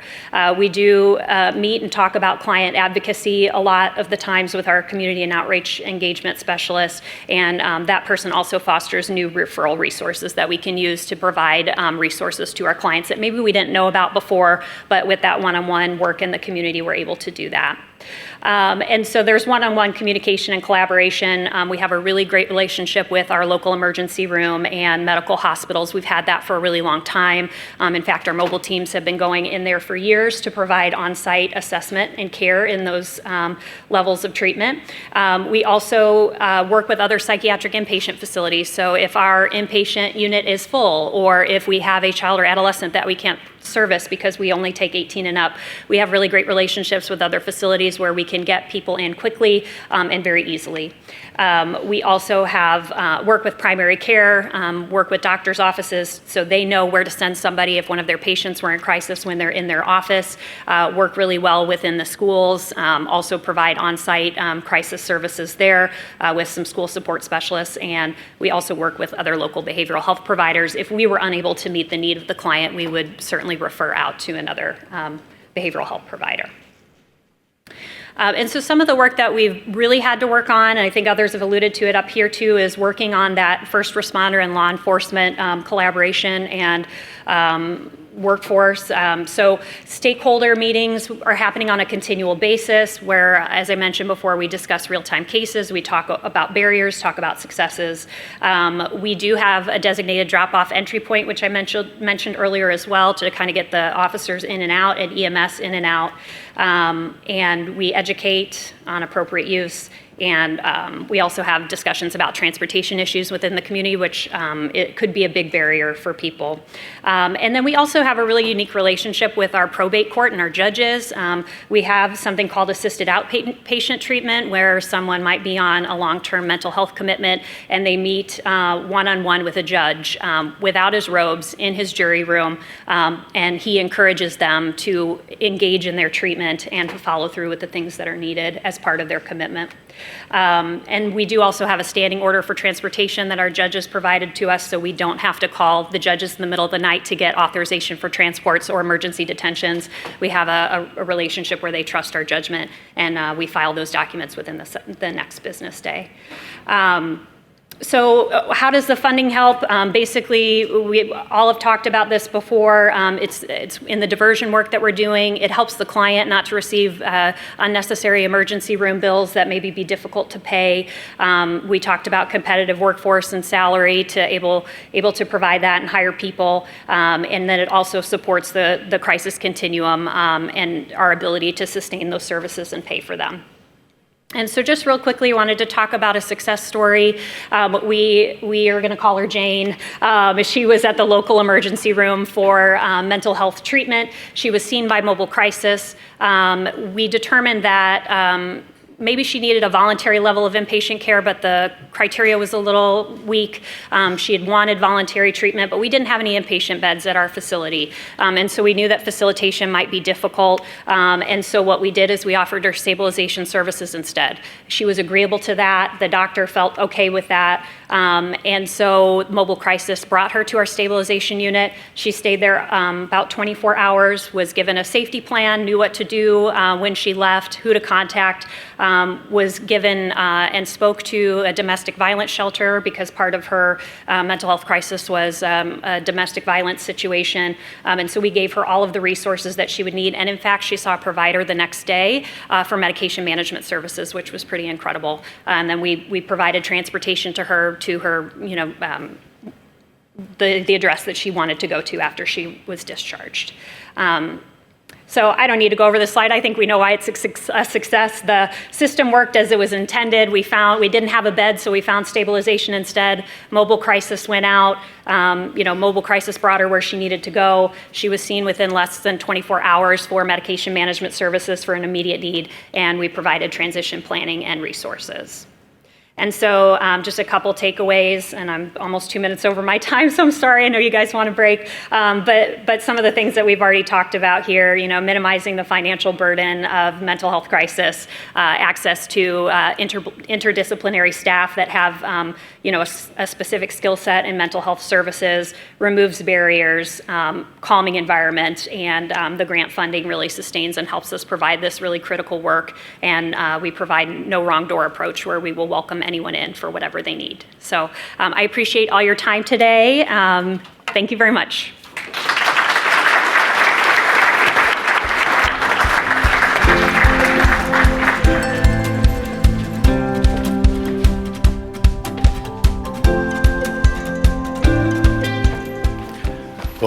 Thanks again to Kara, Will, Kelly, and Melanie. We're going to take a quick break, and we'll be back at 10:45. Thank you.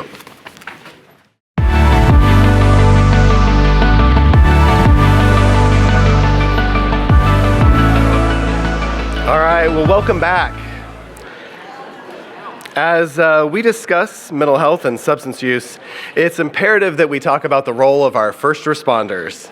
And public safety, as we've heard earlier today, is a critical piece of this work.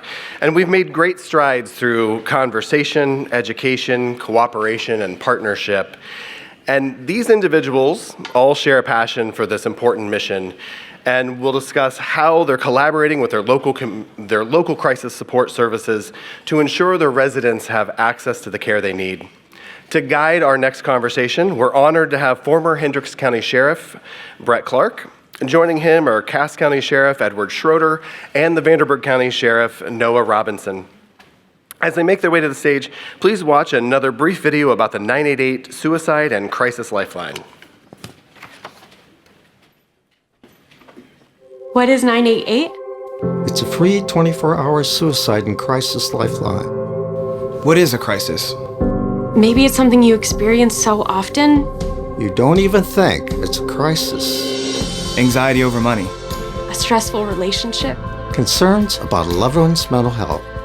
If you're experiencing thoughts of suicide or a mental health or substance use crisis, call or text 988. It's a listening ear. And it's a way forward.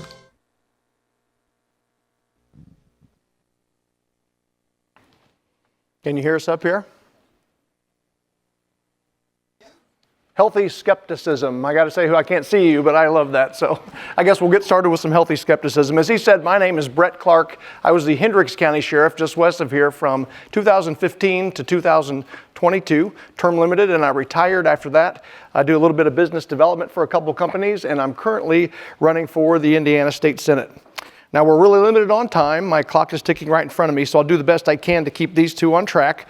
Today, we're going to be talking about some mental health issues, as you know, and the mobile crisis response teams in an effort to give you all a better idea of some of the benefits, challenges, and successes from a sheriff's perspective. Both of our panel sheriffs have firsthand experience working in counties that have started down the path of mobile crisis response teams. Sheriffs, if you would, please introduce yourself to our group. Good morning. Thank you. My name is Ed Schroeder. I'm the sheriff in Cass County, which is north central Indiana, Logansport. I'm a retired major from the state police. In my second term as sheriff, I graduated at DePaul University, the FBI National Academy, and the Northwest University School of Police Staff and Command. A little bit of perspective, my wife is a school counselor. We have a therapy dog that lives with us. We have 3 boys, and we've been foster parents. I have a son that's a trooper, a son that's a deputy, and one who changed his career path and decided to be an accountant. So we have a pretty good history in the family and public service. Hi, I'm Sheriff Noah Robinson from Vanderburgh County, way down south there, almost in Kentucky, in Evansville. And I've been sheriff now for about a year and a half, so I'm kind of a baby sheriff, new to the game. But I grew up in the sheriff's office. I've been there for almost 24 years now. Graduate of the University of Southern Indiana, and I was a police officer in Kentucky for a little bit before I got hired by the sheriff's office. Had a tough election, got in office with the idea of being a bit of a reformer and kind of change the culture in our jail and move it towards more of a rehabilitative model. And so we scrapped the jail plan that was in existence and did a complete redesign, and now we are breaking ground and are underway on construction of a new facility which will have a 10-bed mental health unit. And we've partnered, or we will soon sign a contract with our local behavioral health provider, Southwest Behavioral Health, and they're going to staff our mental health unit in the facility. And looking forward to talking about that and talking about our passion for serving those in our community that are dealing with mental health illness. Very good. Thank you, guys. When I became the sheriff in 2015, I soon realized, as many of you all know, that the police and the first responders in this country are really the de facto mental health system, and that our jails in particular are serving as not only correctional facilities, but detox units, mental health wards, and counseling centers, none of which were in the job description when all of us did this. I mean, we raised our hands to combat crime, to make a difference, to be a reformer, to be the top cop, fill in the blank for whatever it was for you. But when you took that job, we were it.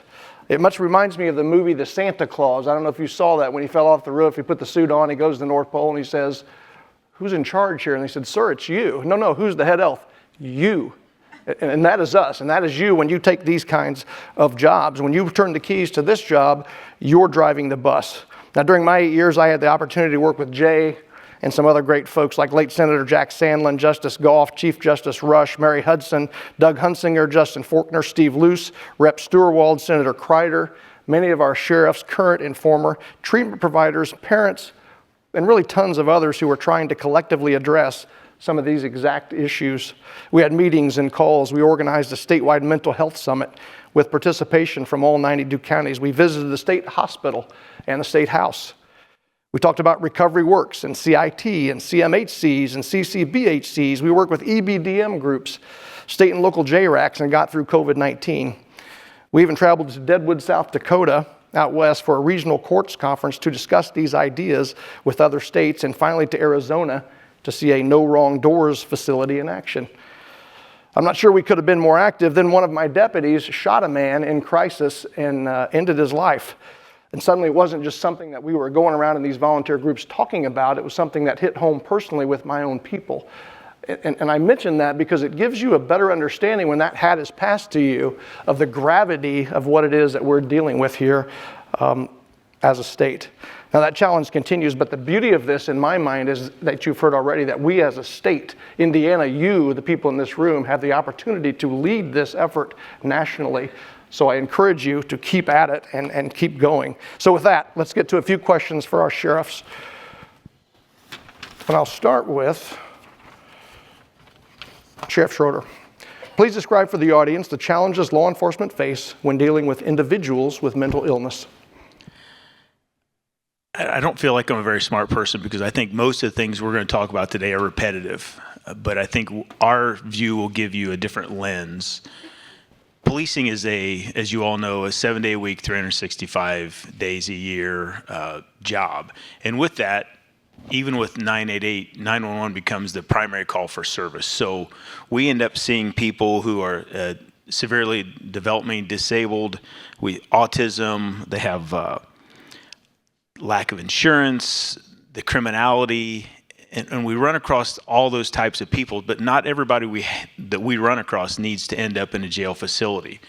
Intuitively, just by maybe just looking at our population, our jails, about 80% of our people have some type of, I'll say, severe mental disability, whether it's substance abuse, whether it's some type of trauma or some type of psychosis. But that's what we deal with, and that's what we run across. And by de facto look at our facilities, we become the largest mental health holding facility in every county, except for me. I have the Logansport State Hospital as well in my county. So that allows a little bit different perspective, but we end up having the ability and the people that we see every day run across us. So we're their first line of, I guess, contact. And what I've tried to do is get our people to look at that as, treat them as you would Mrs. Jones. How can we help them without putting them in jail? And that's been the hard process for us. Sheriff? You know, it's a cliche, but it's an expression I think is very apt. When all you have is a hammer, all your problems begin to look like nails. And we have used that jail, law enforcement in general, has used that jail as a very large hammer for a very long time. And it was just acceptable because we thought, well, what else can we do? And that mentality has really seeped into law enforcement. And it's been a challenge, in fact, a slow change. But it gets easier every year as we bring in new deputies and we do more and more training to get away from this idea somehow that I don't care that they're mentally ill, they've committed a crime and they're going to jail, by God. It doesn't have to be that way. And we've shown it doesn't have to be that way in many of our communities here in Indiana and throughout the nation.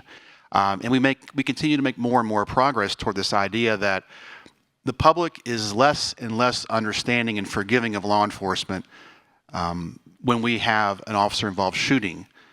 They ask the intelligent questions, and they should ask those questions. Was it necessary to take this person's life? And the refrain that, well, he had a knife, is just, it's not going to work anymore because there are other alternatives. such as creating distance and giving time for our de-escalation training to work, and making sure that we're training deputies that not to come into a situation way up here, but to start down here and escalate our way up. And our community health partners are such a big part of that, because now that we are co-responding and in some cases not responding at all with our crisis team, we're giving an opportunity for the system to work. Time will tell. My fear going forward is that one of our responders who are not in uniform gets in a situation where they're harmed by one of these individuals. And so we have more work to do with our 911 centers to make sure that we're sending out the crisis teams only on those runs that are low risk. But we're working through these issues, and I see that the net outcome long term is fewer officer-involved shootings and more people getting the help they need and not ending up in a coroner's table. Sheriff Robinson, you've already touched on this in that answer there, but please describe your current partnership with your mobile response team with the idea that how has it changed, or is it different than it was before, and how is the partnership, and rather what has it meant for your community? Thank you. I got to name check Katie Adams with Southwest Behavioral Health, who is here. She's like amazing, like the most amazing person I've met in a long time. She took me by the hand and led me through this when I took office, and I'll be forever grateful for that. But they're doing wonderful things. I mean, they're expanding their crisis housing. And they're the epitome of no closed doors. They'll take anybody we bring to them. And they've been wonderful in working with our local police department, who makes, let's face it, the majority of the arrests in our city. And they are tremendously adept at diverting folks who would otherwise end up in our jail at their facility. And as we move forward together, we plan, as I said, to have them inside of our jail to create this kind of whole mental health ecosystem where we're all communicating and talking, and we're routing folks where they actually need to be. And I truly do believe that the result will be lower jail population and more folks getting the care that they need. Sheriff Schroeder, same question. Please describe your current partnership and how it's impacted your community. I think Sheriff Robinson and I are going to have to arm wrestle. My area is 4C, and Dr. Cadwell and Nicole Hyatt-Drang are both at the front table.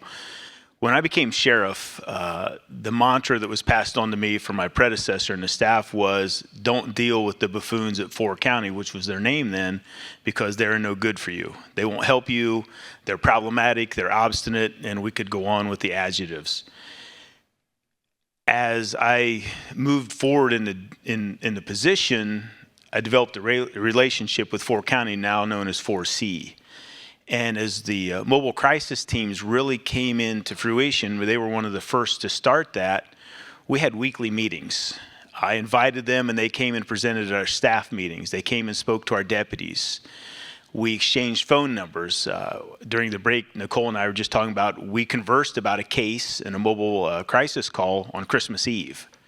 So it's the ability to communicate, collaborate's the buzzword, and then have the open door and the open flow of communication has allowed us to build a positive relationship.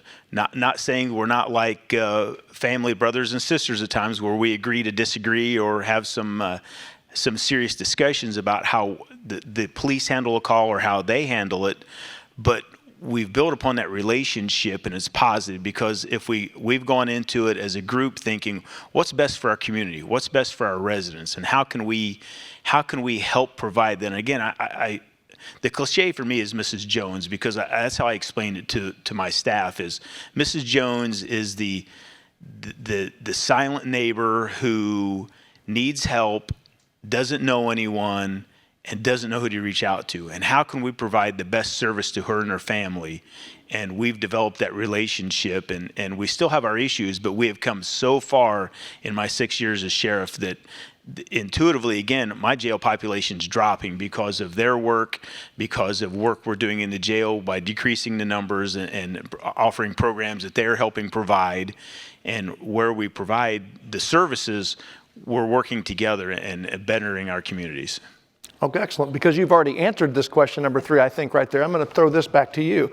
When you were first approached about the idea of adding a mobile response team in your county, what did you think? Were you supportive or skeptical?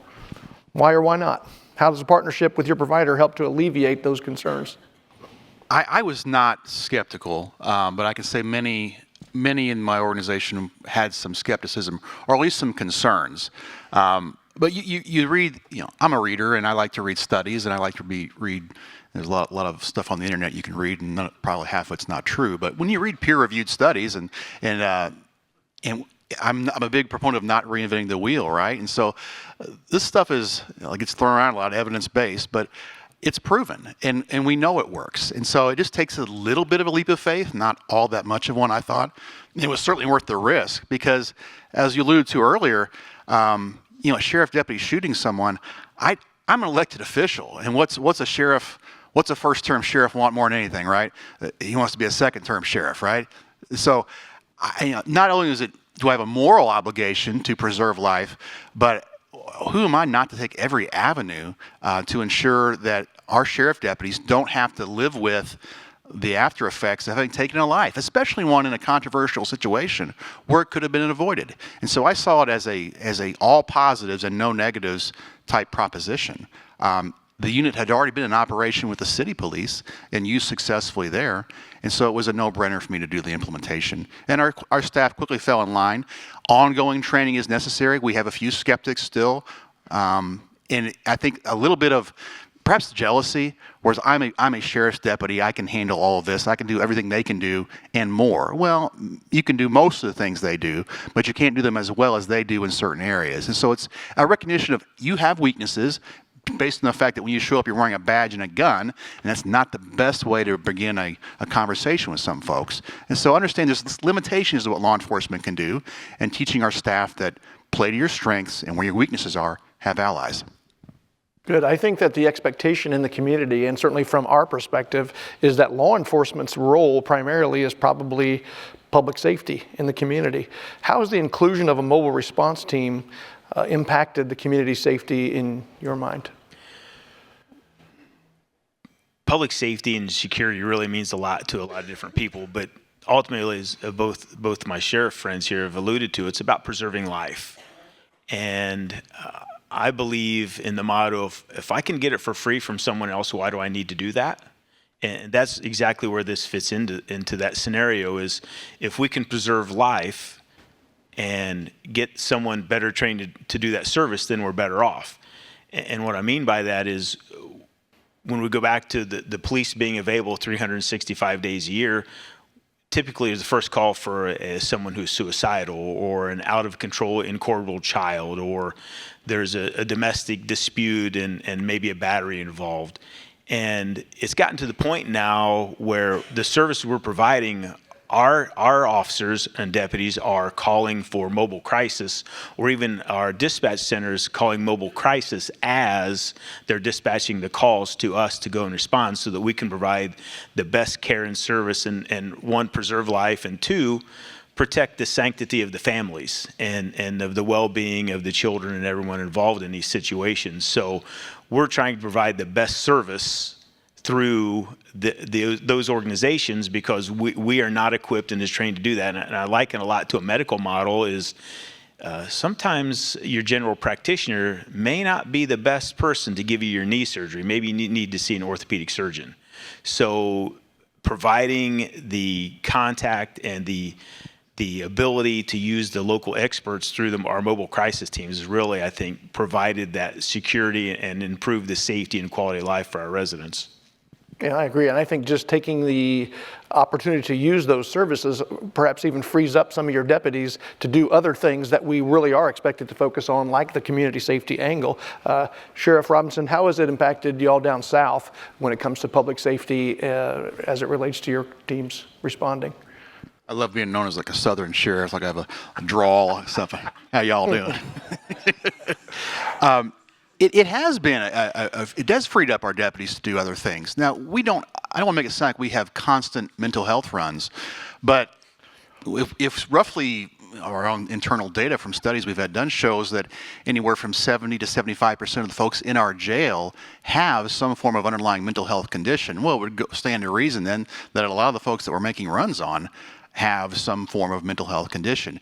And just the ability to be able to refer to someone, not even necessarily call out the crisis team or have them take action, but to be able to refer them somewhere when you leave the facility, when we leave the run, is an enormous benefit to us. Too often our deputies felt almost paralysis of not knowing what to do because there was no known resources. Well, now with our partners at Southwest Behavioral Health, we've got the pamphlets. We've got someone that we can easily make a referral to, and our deputies feel like they have a reliable partner, and it gives them more confidence. So is it a dramatic run reducer? No, not necessarily, but it is another layer that we can rely on. It gives our deputies our better sheriff deputies as a result of the partnership. Sometimes as sheriff, we have the job of being the salesman, if you will, to the folks who work for us. What would you say has been the biggest barrier or challenge for some of your deputies to overcome as we implemented these kinds of programs? Yes, sir. I'll start with you. Some of our sheriff deputies embraced the concept, and some were a little more reticent. But with when you have continual training, and if you can get your field training officers on board, the ones that are responsible in many respects for creating the culture of the agency going forward, winning over the field training officers so that the new folks are trained in, have never known anything different. You can teach an old dog new tricks. It can be done. I've changed my viewpoint on issues that I thought I would never change my viewpoint on. I can learn things, but some of our guys are a little more, I say, reticent to change, and it just takes time. But those individuals, when they see our younger sheriff deputies calling somebody out, and they see the success that is wrought from that, they come on board. And I don't have anybody right now that I would say is a skeptic. But one of the great things about being a sheriff is you can just move folks around wherever you want. And if somebody's not on board, well, court security is always a viable career option for you as well. Sheriff Ed, what about you? Challenges, barriers, what did you guys face when you first got on this? I think the big thing is the paradigm shift, where the police are know-all, see-all, be-all to people over a period of time, and relinquishing some of that, maybe that perceived authority, if you will, and the ability to say, I don't know everything and I can't be all to everyone. And when you couple that with the seasoning, and that's kind of a colloquial term for older like me or us, change is sometimes difficult. And when you do that and say, hey, we're going to help our people and our citizens, this is how we're going to do that, that change causes that consternation. And getting that buy-in was very difficult in the beginning, because as it's not what people perceived as a police function. And neither was the mental health resources that we presumably provided before the mobile crisis teams came about. So this is, again, going back like into having an expert come in and do the work and explaining to them that, hey, ultimately this will reduce your workload, maybe not your calls for service, but your workload, and understanding that what's best for them may not be what your perception is. And an example would be back when the Miranda rule came into place. The officers at that time thought, there's no way in the world I'm going to tell everybody that they have the right to remain silent and they can't do this and they shouldn't do that. And the officers at the time were not understanding what happened because it was a change. But today, that is something that most of you, I would bet, if I asked you, could you say it verbatim from memory, from watching it on a television show, it's ingrained in us. And it's that cultural and paradigm shift that we're looking at. And I think that's probably the hardest part, was making that switch. You are seasoned. So tell us, seasoned. What surprised you the most about the addition of these response teams in your community? I reached out to Nicole, and she provided me some data. And in the last 4 years, we've had 1,847 calls where our guys have either called mobile crisis, or mobile crisis has shown up or responded to something. And it's the ease at which they help us, and two is the volume of the calls that we are now seeing that really need involvement of the mobile crisis unit. That's probably the biggest aha moment for me, was what happens with it. And hopefully, and I don't have the data, and I don't know that we ever could, but the permanent maybe change in resilience of the people involved, of keeping them out of the judicial system and getting them into maybe the mental health system, so that they can solve the crisis and then reduce trauma. And then, because we all know that people who have trauma at a young age cause trauma at an older age. And if we can stop that cycle, then I think that creates, again, that better quality of life. How about you, sir? Our data we receive from Southwest Behavioral Health shows that when they co-respond with our office, we're seeing instances where someone is ultimately arrested as a result of those co-responses well below 5%.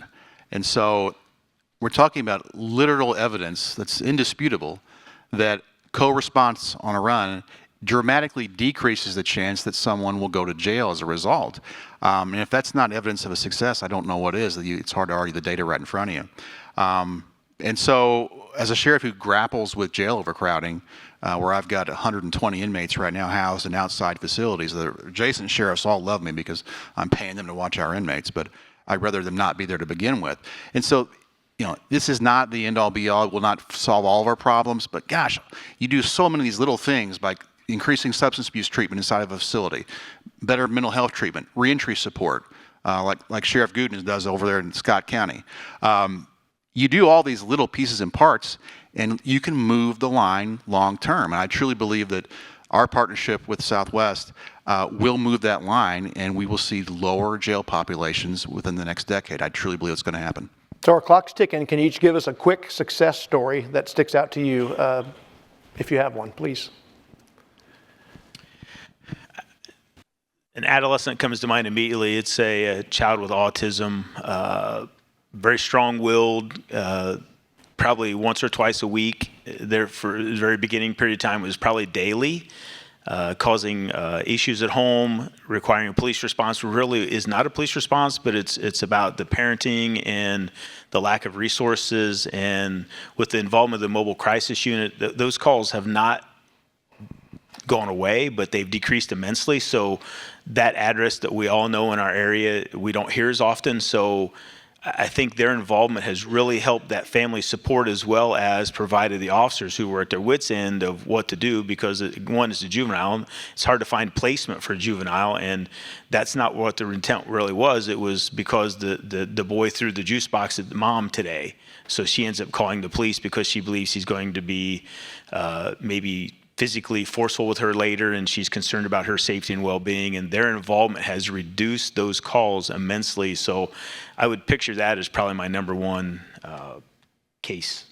Sheriff? I'm going to turn that question on its head a little bit and describe a failure. I was just checking my phone there to confirm certain pieces of information about it.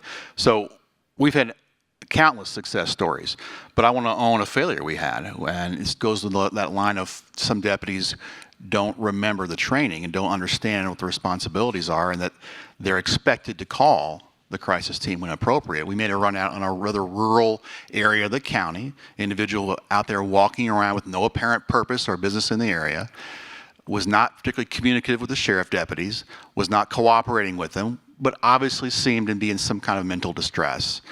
And rather than call the crisis team because they, quote, didn't want to wait for him, which the wait's not that long, they're very fast response, 15 to 20 minutes in most cases, they let him go. And he walked down the road, and a half an hour later, an area resident shot him. Didn't kill him, but he shot him. That was preventable. And I used that as a cudgel to smack our guys in the head, saying, you had the tools available to you. You had everything necessary to prevent this, and you didn't do it. And so I think a teachable moment like that, thank goodness it didn't end in worse tragedy, was definitely a sea change for our sheriff's office, understanding that this program has benefits, and not only should you avail yourself of it, you are negligent if you don't. Very good. So with that, thank you both for coming up. Before we get done, we've had a tremendous amount of discussion today, and some of the things that I'm going to touch on here as we close have already been mentioned, but I wanted to leave you with a few final thoughts that the gentleman and I sort of came up with in our discussions over the last weeks leading up to this. Is there a better way? Perhaps a hybrid approach, maybe a middle path that works for everyone? Is it regional? What is the appropriate funding mechanism? How do we spend this money wisely and make the most of our investment? How do we gauge and document success? So glad to see that the model has some of that built in. What about the statutory authority to compel persons to get treatment and to take their medicine, or to maybe even stay at a treatment facility once we get them there? On an encouraging note, we've heard earlier, and Jay told me, that nationally, with proper training and approach, some states are seeing extremely high rates of retention, or people staying and getting the treatment they need voluntarily. Where does law enforcement fit into this equation going forward? How can we as a state encourage more medical residency programs in mental health? How can we address workforce needs and shortages in this area? And what does the final piece of this, or the place to send these folks, look like? As you can see, this challenge is big, but I think as a state, as a group here, you all are up to it. Mobile crisis response is a big step in the right direction, and it's growing. Now, during all this day, and especially us, right, we're the third or fourth group to go up here, you might sort of get this idea that you are being preached to, right? That maybe we're preaching to the choir up here, as you've heard people say. But I heard it said one time, and I shared this before, you may have heard me, but it's okay to preach to the choir. You know why? Because the choir can sing. So, with that, thank you again. Thank you, sheriffs. Go sing. We're done.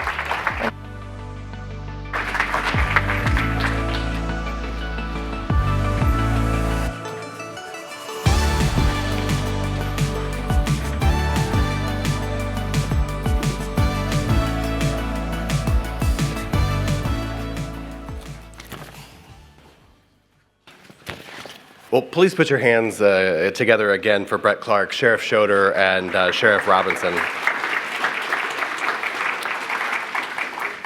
So up next, we want you to hear just a little bit more about the unique programs and real-world innovation that's taking place across our state from the perspective of our community mental health centers.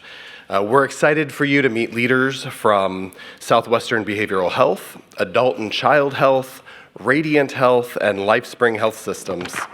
Moderating this conversation is DMHA Director Jay Chaudhry, and as they make their way to the stage, please turn your attention to the screens for another brief 988 video. What is 988?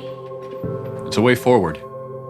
It's a free 24-hour suicide and crisis lifeline. It's someone who gets you. It's a listening ear. It's whatever you need, even when you don't know what you need. If you are experiencing thoughts of suicide or a mental health or substance use crisis, call or text 988. Learn more at 988indiana.org. Well, hello again. Thank you to the sheriffs for a wonderful panel. I also wanted to just take a second to thank a few people, in particular. I don't know I'm doing this and may get embarrassed. Lori Goins, Becky Buhner, and Amy Duke from FSSA DMHA in particular, who have just been, and Shelby Thomas, where's Shelby? Right there. Again, getting embarrassed. But just the people that have made this day sort of flow so well and so wonderful. So thank you. Round of applause for them. So we're thrilled to end this morning with a group of sort of fierce, innovative leaders from around the state of Indiana. I think, I'll let them introduce themselves. What I will say, I don't think it's a coincidence that all of them are relatively new to sort of CEO level positions in the state of Indiana, which sort of reflects, I think, that we're doing new things, and it takes new perspectives, maybe less seasoned perspectives sometimes to make these things happen. But we'll start with Katie, if you want to introduce yourself and share a little bit about your organization, and then we'll just go down the line. Sure, I'm Katie Adams. I'm the President and CEO of Southwestern Behavioral Health Care. We're in the southwestern part of the state. Evansville is our primary city. I've been with community mental health for 25 years and in this role for 4. Good morning. My name is CJ Davis. My introduction's a bit complicated because I wear several different hats, but I'm presently the President and CEO of Adult and Child, which has been around since 1949. First started as a child guidance center, downtown Indianapolis market, focusing on kids. But the other hat that I wear as a direct result of the CCBHC transformation is I'm the CEO of a parent company called Brightly, and we're located in the states of Missouri, Kansas, Illinois, and Indiana, and it allows us to be a CCBHC around multiple states. So we've actually been a CCBHC since 2017. Good morning. I'm Beth Keeney. I'm the CEO at LifeSpring Health Systems. We are a community mental health center and federally qualified health center in southern Indiana. We cover 11 counties, and we are also a federally qualified health center in CCBHC.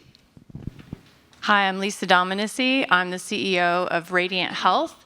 We are a fairly newly named organization in that we are the result of a merger of a community-based organization called Family Service Society and Grant Blackford Mental Health, serving the Grant and Blackford communities, which is a community mental health center.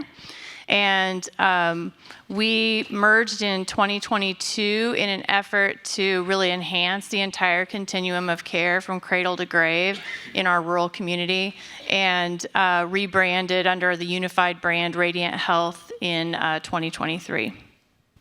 All right, great, thank you. And before we jump into individual questions, I just want to point out a couple things about CJ and Lisa's answer. So CJ is from an out-of-state entity that's investing in Indiana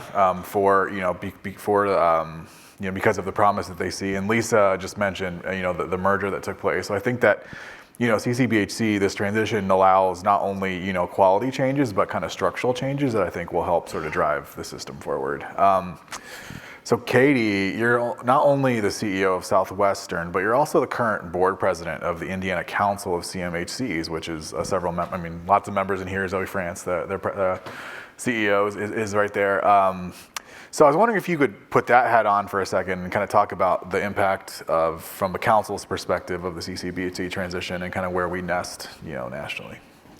Sure. I think we talked a lot about benefits this morning in talking about crisis and workforce, but a few things that I wanted to highlight. The first is that part of the CCBHC model is to be able to fund and do a very thorough community needs assessment.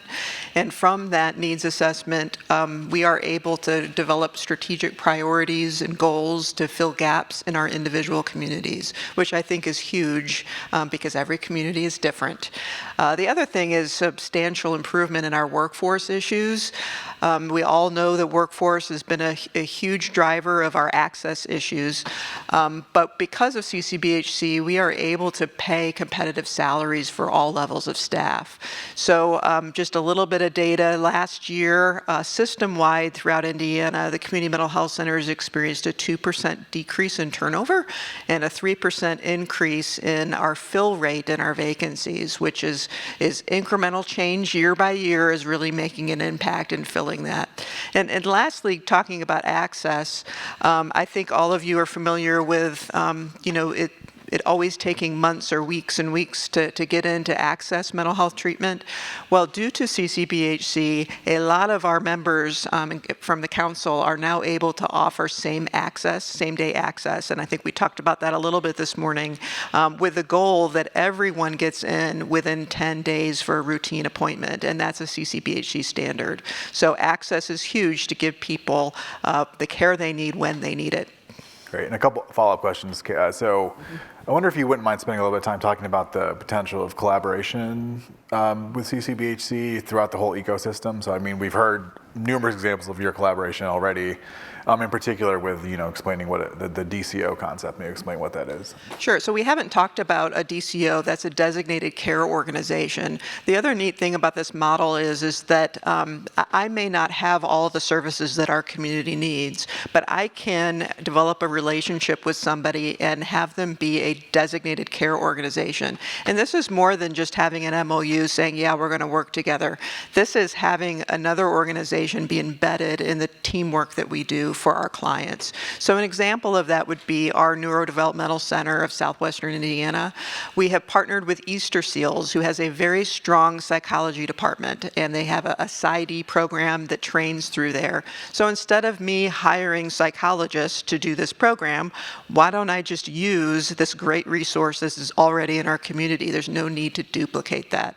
So we have made Easter Seals our designated care organization who's providing a big part of the multidisciplinary care that we provide for children that have both complex mental health issues as well as intellectual developmental disabilities. And so that's just one way that you can partner. We have great outcomes after 18 months, and of course I brought those because I'd like people to pick that up to see how having this multidisciplinary treatment approach for children with complex needs really leads to efficient and good outcomes. And another part of that I wanted to mention, is care coordination, is the other piece of CCBHC that is really making a huge impact, is it allows people to get access to services immediately. And it's a service that's typically not reimbursable, but through CCBHC, we're able to provide care coordination so that we get people the right treatment when they need it. Thank you. And just so to put a point on that, I think Katie's being modest here. The work that they're doing with this really hard to reach population, individuals with and children in particular with intellectual disabilities, I think is really just innovative work that really speaks to the promise of CCBHC to reflect the actual needs in communities as opposed to just kind of be driven by payment sources. So, Well, and one thing just to explain how that works is this service that Easter Seals is providing for these children, whatever they get is reimbursable, doesn't cover their cost, right? And so with our relationship, we are able to use the rates that we get to make them whole. None of us are getting rich in this, right? We just want to cover our costs. And so the ability for us to bring in our community to also benefit from CCBHC is really innovative and remarkable. Great, thank you. So CJ, I want to talk a little bit about your decision as Brightly CEO to make a strategic investment into Indiana specifically. You mentioned Missouri. For those that don't know, Missouri is sort of the ground zero of CCBHC. The first place in the state, in the country that really sort of built up and has been proving this model. And that's where Brightly has a history. So, what about Indiana's progress and planning factored into that decision? Well, the first thing I want to say is that when it comes to CCBHC, the word that will inevitably define what happens here in Indiana will be transformation. It will transform the way we deliver services in Indiana, finally. I was a CEO here in Indiana for about 7 years, so I feel like I left home to go home. I went back home to Missouri. The moment I walked in the door, we were basically about ready to begin CCBHC. Missouri was one of the demonstration states for CCBHC, and the reason that is one of the architects, Senator Roy Blunt, Senator Deb Stabenow from Michigan, Senator Roy Blunt from Missouri, who recently retired, was really the chief driver of CCBHC across the country. So we were very fortunate to have Senator Blunt's support and ear throughout the entire time. We have seen it transform services in our other states. I'll throw out some numbers, not just to talk about revenue numbers or employees, but it'll give you an idea of what it will do for Hoosiers in terms of the growth that we are about ready to encounter. When I returned to Missouri, we were about a $70 million organization that had about 1,200 employees. To this day, we're about a $600 million company that has 6,000 employees. We went from about 30,000 people served to about 150,000 people served. And I think those are really, really important numbers to try to wrap your mind around what can happen when it's successful here. We also have about 700 therapists and about 150 physicians that we've recruited over the last 7 years. And that's really, really important for the ability for us to provide services quick and when people need them. And when you think about when you look at the number of providers versus the demand almost in every state across the country, till about 2036, you will see the demand continue to skyrocket, and you will see the number of providers continue to decrease year over year. So it's really important and timely that CCBHC is coming and is here to Indiana. So for us, one of the things that we determined in Indiana, of course, I had roots in Indiana, but we also targeted states that have CCBHC. And not just CCBHC, it's really important for the group to know that there are states where CCBHC doesn't work. And here in Indiana, we have, I think, one of the really important formulas that we've seen in other states where it's successful. You have a very, very strong provider system. You've heard from many of them today. We could brag about some of the great work that's happening across the state, and there's many more stories to hear. We also have a phenomenal relationship between the Department of Mental Health and Addictions and the association. Zoe France has done an excellent job in helping steer and advocate for a system, built it well, and IMHAC together with the provider systems, extremely critical. Believe it or not, there have been some states where, Pennsylvania to name one, where they went down the path of CCBHC. They figured out that maybe we don't want CCBHC, and now they're trying to become CCBHC again. So the important part here is that you have a strong provider system with the Department of Mental Health and Addictions. I think that that's really, really critical. And of course, in the state of Missouri, where CCBHC has really flourished, all the centers are now CCBHC, which is a really important thing to do as fast as you possibly can. I think Indiana also affords the opportunity for us to do whole person care. And what do I mean by that? Integration of all things, no matter what you look like, color of skin, what your presenting problems are. So for us, we like to look at that as the integration of primary care, addictions and recovery, developmental disabilities, and mental health services. And I think that for us has made us the largest CCBHC in the country.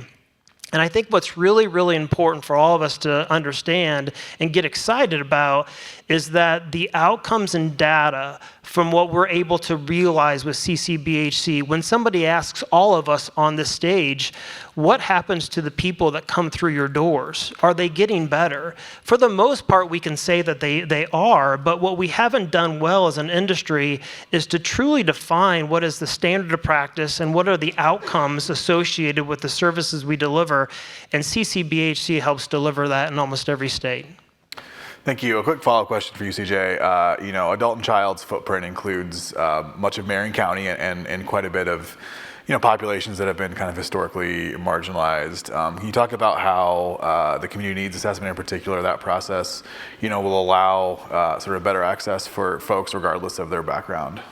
Well, first and foremost, one of the cores of CCBHC is to make sure you have board representation that is similar to the people that you serve. It also allows us to really data mine on candidates to make sure that the people that we're employing represent the people that we are serving. The third piece when it comes to just data in general, making sure that we are geo-mapping and heat mapping areas to have outreach to those individuals that don't trust the system in order to receive services. So we have found over the course of time that not only in urban areas, but really even urban markets, the ability to essentially create a system for all has been a really important focus for our organization, and it will be here too. Okay, thank you. Yeah, I think that it's worth pointing out. I think that the importance of the community needs assessment and the board composition sort of ensures, I think that, truly no wrong door approach. So, Beth, my friend, how are you? Good. So LifeSpring is not in the demonstration pilot cohort. Thanks for that. Yes. However, you are busy at work getting ready for this transition. So how are you doing that? So LifeSpring is really is all in on CCBHC. So we fully transformed our system over the last few years. We've been supported by some SAMHSA funding as well as some state funding. And it really has transformed the way that we think about ourselves. Where, before we were more of kind of like a specialty healthcare, and now we are really all in on safety net healthcare and basic needs, and this is what you as a human being should have access to. And so we've really worked hard to transform our system to meet the CCBHC standards, and we are doing that across our entire service area. Now that's challenging because we don't have the security of knowing that we'll be part of the demonstration anytime soon. So we don't know what that funding looks like after the current funding runs out. But we do know that the system is strong and that we are intact, and whether or not LifeSpring is a part of the demonstration in March of 2025, we know what that looks like moving forward. So I'm really excited about the direction the state is going and appreciate everyone who has worked so hard to get us here. I think the pieces that we are really doubling down on right now are just our data infrastructure, making sure that we have all of our data in place to not just collect and report, which I don't know if you know or not, Jay, we collect a lot of data because the state asks us to. Sorry. But actually using the data to inform not just clinical decisions, but administrative and financial ones as well. So I think that's another strength of the CCBHC system. It really does give us meaningful metrics to make decisions on. Great, thank you. Lisa, so I want to, Radiant's a provider that's, almost entirely rural, the footprint. And, I think there's some unique challenges to delivering behavioral health care in rural areas. And I'm wondering if you could talk about that and how, CCBHC might help. Yeah, for sure. While I'm new to community mental health, I'm not really new to mental health. I have a history in Nebraska where I served as the director of rural development, and during a time when we were decentralizing from state hospitals back to community. And during that time, I remember us talking a lot about sort of the 4 key components about rural mental health. And I wrote them down because it's been a while since I had to tap into them. But it was accessibility, availability, affordability, and acceptability. And when you're in a state where there's more cattle than people, you can imagine that acceptability becomes a real problem because of the lack of anonymity. The same person that you see in your doctor's office or your psychologist's office is the same person you're sitting by in church, you're running into in the local grocery store, that you're at the hardware store, so everybody knows your business, right? And one of the things that's really exciting to me about rural CCBHC is that it completely leans into and makes the first 3 really, really easy. So accessibility has become incredibly easy through the CCBHC model in that we're getting people in the door same day, they're being seen by a provider, they're getting access and resources to the right type of care at the right time in the right place and close to home, which matters. Availability of providers, the use of peers and peer support specialists, both on the addictions and the mental health side, has been huge. And I was really happy to hear today about about leaning into families that Oak Lawn is doing, because that's really an area where we're finding we're going to need to do just a little bit more work. Families in rural areas tend to wait a little bit too long to access services, and so the availability of us to them is really, really critical, and we've seen an explosive expansion of service there. Affordability for families who fall through the cracks. In rural areas, you won't even recognize the individuals who are struggling. And that can be very different from an urban environment. Your next door neighbor might be food insecure and have other issues, and you'll never know in your farming community. And so it's really important that affordability remains key. And then this whole acceptability piece, while we've always been I say in the last 2.5 years, we've been really good about collaborating with our community. We've got great support from law enforcement, great support from our hospital system, and great support from our other community social service providers. And they are wanting us to succeed, which makes the anonymity piece a little bit easier. We're trying to explain to our clients that it's actually a strength versus a challenge to know that the people who are serving you really are, they're for you, they're in your community, they're around you, they're surrounding you. They're actually there as your key, important, and positive social supports. So lean into that versus being afraid of that. We can contribute to stigma if we're saying that if we put confidentiality over care. And so I do understand the importance of confidentiality. I also understand that we have to care for one another, and sometimes that means knowing each other in dual relationship types of ways. Great, thank you. So for this next question, it's open to all of you. I'm going to set it up, and I want you to think about it. So imagine 2 futures, okay? So one is, let's think about it in 2028, 2029, okay? In one future, CCBHC has taken off. All of the benefits we've talked about are starting to really accrue, lower law enforcement interactions, lower ED usage, lower inpatient stays, better access to care, better outcomes, all the things that we've talked about today. In one future, it's taking off. In the other potential future, it's sort of stagnating or not really happening. Okay, what are the things in your mind, your opinion, to share with this audience about what would cause one future or the other to happen, if that question makes sense? Can I go first? Yeah, of course, I knew it. All right. First, I want to say I don't think that we can go back. I don't think we can go backwards. My chief operations officer and I were just talking about that this morning. We can't go backwards. We can't go back to where we were. And I think that one of the, and again, to kind of come back to the sustainability piece of it, I think that a lack of continued commitment and investment from the state is one way that we would see kind of that going backwards or that sliding backwards. At our crisis stabilization services, 70% of the patients that we saw there had a Medicaid insurance. Their average stay was 15 hours, and virtually none went to a higher level of care. But for that crisis stabilization service, many of those patients would have ended up in an emergency department or an inpatient unit. So really driving up the cost of that acute episode. And so I think that it does take leadership at the state level seeing that there is more than what that immediate cost is, that there is downrange cost that is avoided through some of these interventions. And it's going to continue to take investment and commitment from the state and really bringing the entire system online for the demonstration.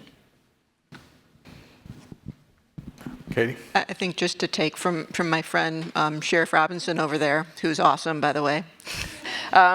If we're funded with a hammer, we have a hammer. And I think that historically, community mental health system has always done as much as we could with very, very little. And I always joke that we are always helping people with duct tape and, super glue and things, just doing our best. And what this model has done is really helped us to be very efficient, effective, the quality of care, the training, the workforce issues that we're able to address. If we go back to a hammer, I guess our jails are going to be full, and and our hospitals are going to be full, and the emergency rooms are going to have folks with mental health concerns waiting in the lobbies when really they just needed somebody to talk to, where a mobile crisis team could just pick them up and take care of that. So CJ, you've seen one version of this play out. So I guess what would be some of the dangers for it, or how would it not play out here the way it played out in Missouri? Well, I'll start with the positive first. Sure. It's been too positive. What was the year 2029 or 2028? What did you say? 2020. Let's say 2029. 2029. It works out perfectly, and all of you in the room, when you have that person that needs referred for service, they're able to get in a timely fashion.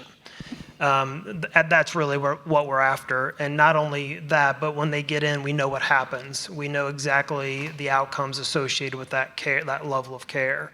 And that year, we also start to focus over the course of time on the social determinants of health, which are the drivers for some of these mental health conditions, including trauma and homelessness and poverty, et cetera. On the flip side, if this doesn't work out, which I hate to be pessimistic, then what we'll find with margin contraction and the struggling community mental health centers, like you see in many other states, you will find a consolidation of centers closing and having areas in our service deserts where you have areas in our state where there will be very limited services for community-based care and otherwise. And so I think that, obviously the choice is to have the positive side versus the negative side, but you've seen in other states that where CCBHC is not effective, you see a lot of consolidation and in fact probably a crumbling of the community mental health center systems.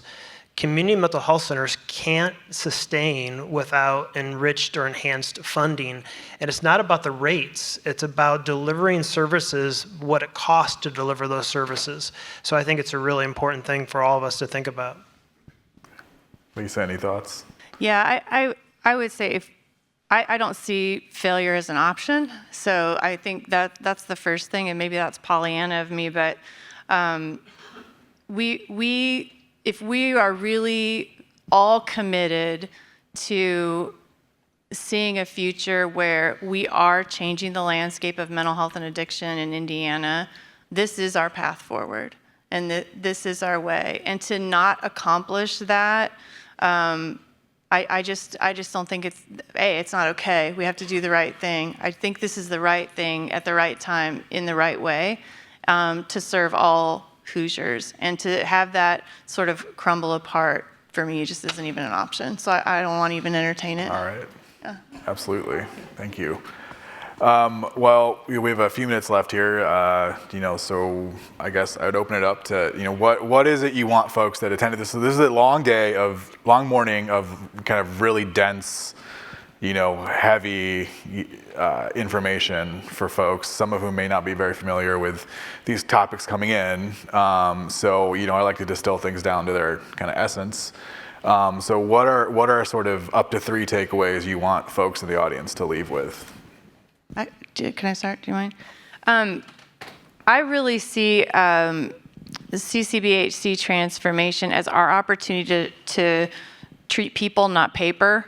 And that might sound really trite, but my favorite thing about it is that I get to meet you where you are and in that moment and address that immediate need, and I get to worry about that intake packet second.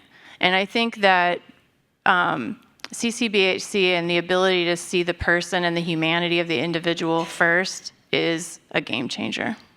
So I think just real quick, because again, we have a lot of time. I think that I just wanted to really emphasize a point you made there, and this is something we've heard from folks in the field and surveys, and that is this sort of sense of kind of moral injury that comes with not being able to do what you need to do for the people that you're helping. And so, I'm just wondering if that's something you've sort of already started to see with your staff. Yeah, I have. We're seeing workforce satisfaction in general going up because they're feeling that the work is more meaningful. They're actually having an immediate and a direct impact, and they're not fighting so much with then the back end side. Okay, thank you. I would say that allows the community mental health centers really to dream rather than just get by. I mean, that's a really, really important distinction because there are plenty of centers that are really innovative but don't have the resources to really execute on that innovation. That's point one. The second piece I think is really important for this audience is that collaboration and becoming a better partner with the community will be enriched and enhanced almost overnight. There are so many times over the course of my 30-year plus career, where there was a phenomenal opportunity for a partnership, but there was no funding. Neither entity could really figure out how to make it work financially, even though we both had passion and interest to have it work either clinically or humanistically. And so the ability for community mental health centers to now be at the table in a bigger way and partnering and allow some funding to really execute on some of those dreams will be a difference maker. I think the takeaway for me, again, is commitment and investment. It is going to take everyone in this room, everyone at the state level, all of the leadership in our community mental health centers rowing in the same direction to get us to a place that this is sustainable.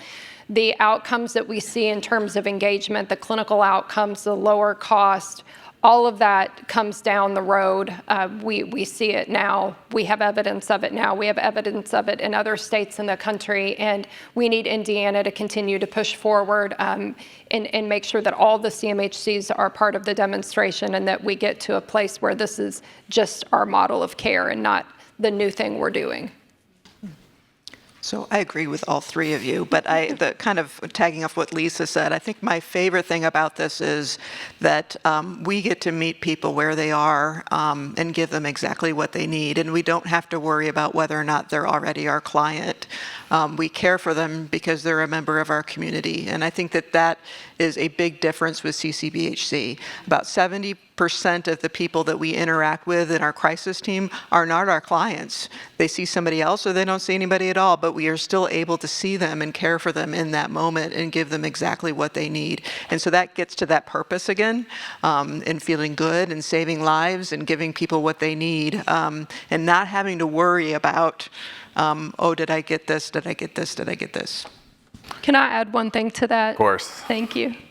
I think to what Katie said, is it our patient? Is it not our patient? That's really the strength of the system, so that our service areas abut each other. If we see a patient that is more appropriate to be seen by Southwestern, we can easily make that referral because we are a network. We are a system that works together in many different ways, not just across disciplines with justice and education. We work very closely with each other. So by having the entire network, it really ensures that the entire state, all 92 counties, are covered.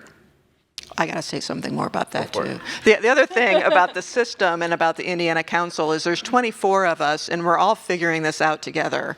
And so what's really neat about CCBHC and Indiana is all 24 of us, we meet a lot, and we have committees, and we talk about what's working and what's not. And even if it's not my neighboring county, maybe it's somebody who's moving to Indianapolis, I have that connection, and I know that they're getting the same excellent services at that community mental health center or that CCBHC as they are in Evansville. And so the system, we really have to speak about this as a system for the state of Indiana and everybody who lives here. Well said. So kind of wrapping up, this has been an overwhelming morning, I think, for me. These were just ideas like 3 years ago, for the most part, 4 years ago. And seeing how far, because of leaders like this and their staff in the communities and the staff at IMHA and so many of you in the room, seeing how far we've come from just like an idea on paper, Behavioral Health Commission report in 2022, this was the vision. And just to see how far we've come is just really, I think, overwhelming and a testament to the commitment and dedication and alignment of so many folks in this room. So probably best exemplified by our wonderful panel. So please join me in thanking them.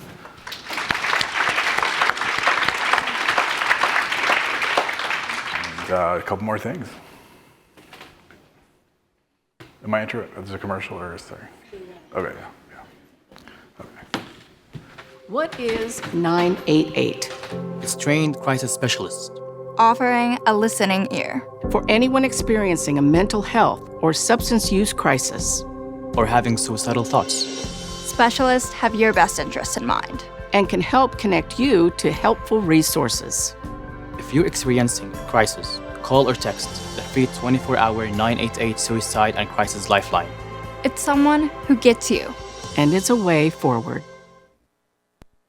Please welcome the President and CEO of the Bowen Center, Dr. Rob Ryan.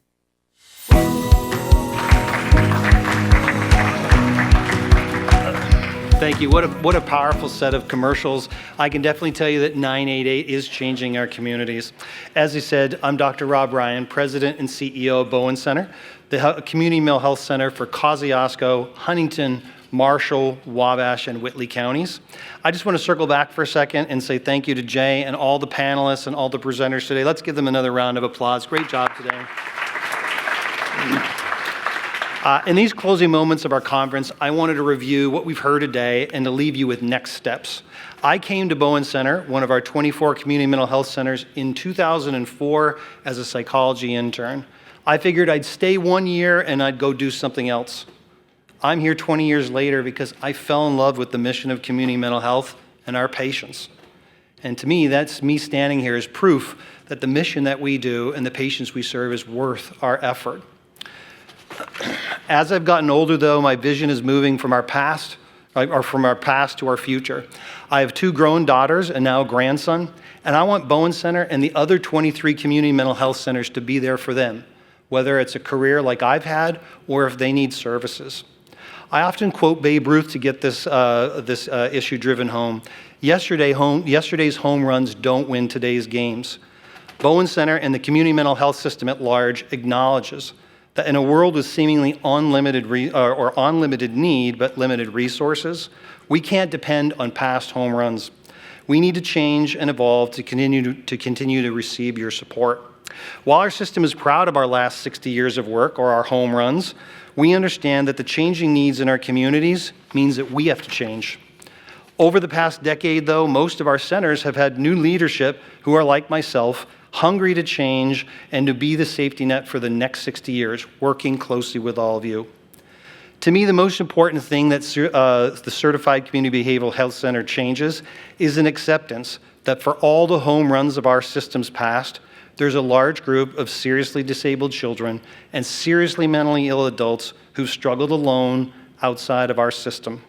They have found themselves in our jails, our emergency rooms, and living with families that are completely overwhelmed trying to handle situations that are completely beyond their capabilities. In the past, we would have told you, sorry, we don't have the resources to help. If they want help, they have to come and find us. CCBHC turns these notions completely on their heads.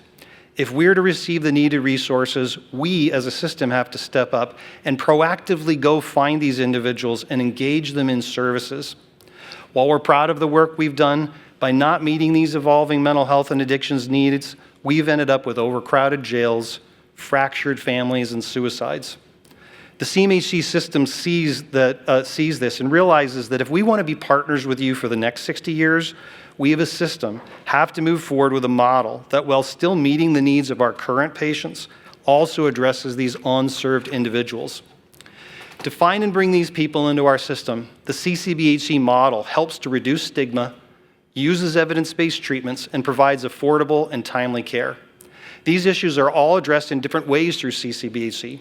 The reduction of stigma comes through the partnerships that CCBHCs are required to have. No longer would a person be embarrassed to be seen in our parking lots because CCBHCs can house multiple different specialties, not just mental health in one location. CCBHCs demands the use of evidence-based practices. These treatments are effective or more effective than modern treatment regimens for coronary heart disease, many forms of cancer, and diabetes. So many people suffer alone thinking there's no help for depression, anxiety, or serious mental illness when we know there is help. Finally, the CCBHC model challenges us to come up with ways to turn no one away. We want to get the word out that money is not a barrier to receiving care. As a system, we're not asking for a handout. We understand in our world of limited resources, we have to show our worth. We believe that the CCBHC model has the mechanisms in place to show not just value for your investment, but also accountability to make sure that each of your communities, our communities, have improved access and great mental health outcomes. Proof of, that this evolution is already happening is seen in our crisis receiving expansion, which is happening across the whole system. A 24/7, 365 touch point for Hoosiers. Now, as you've heard today, in a crisis, Hoosiers have a number to call, 988, a person to respond, our mobile crisis teams, and a place to go, our crisis receiving and stabilization units. CCBHC recognizes that when a person in crisis and is open to help, that's the time where we need to respond. These crisis resources are diverting people from law enforcement and emergency rooms, and the result of your already financial investment is immense and tangible. Today was all about getting you the information needed to finish this transformation in the state.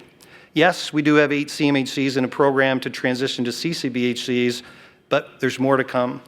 We need all your support so that all 24 of the CMHCs can make this leap together. For that support, we're committed to transparency, showing outcomes, and truly partnering with elected officials to meet this need. During this next legislative session, Jay, his team, and Zoe France, our trade association president, will be approaching you if you're in the legislation or if you're in local government, encouraging you to help push this through. Legislation that will get us across the finish line, not as a broken or fragmented system as we have now, but as a whole 92 county system for Hoosiers in need. And that's for today and for our children and for our grandchildren to come. I want to thank you again for joining us this morning, and at this time, it's my pleasure to welcome Director Hunsinger back to the stage for a special announcement. Thank you.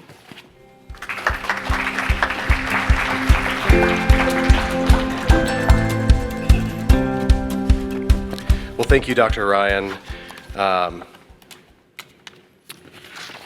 Before we get everybody out the door, I am very excited to announce that by the close of business today, DMHA will release a request for funding to establish and expand mobile crisis teams in Indiana. The Community Cares Initiative Grant, a pilot program, was established during Indiana's 2024 legislative session. And you've heard the three pillars today of the crisis response system repeated throughout the day. And this initiative is intended to expand the second pillar, someone to respond. This grant program will provide funding to local governments that are committed to establishing or expanding mobile crisis teams and integrating with Indiana's crisis response system and other behavioral health services in their community, including first responders, CMHCs, and CCBHCs. You'll be able to find the RFF on the DMHA website, accessible via the QR code on the screens, along with the timeline for when proposals are due. This is a 2-year project that will go a long way to transform Indiana's behavioral health and crisis care infrastructure. Before I close, again, I want to thank all of our presenters for lending their expertise today. So please help me give these folks one more round of applause. One final note, we are planning the 2025 Indiana Mental Health and Addiction Conference, so mark your calendars now for June 17th and 18th at the Indiana Convention Center. Thank you for joining us all this morning, and thank you for all that you do to make Indiana a better place for all Hoosiers. Thank you.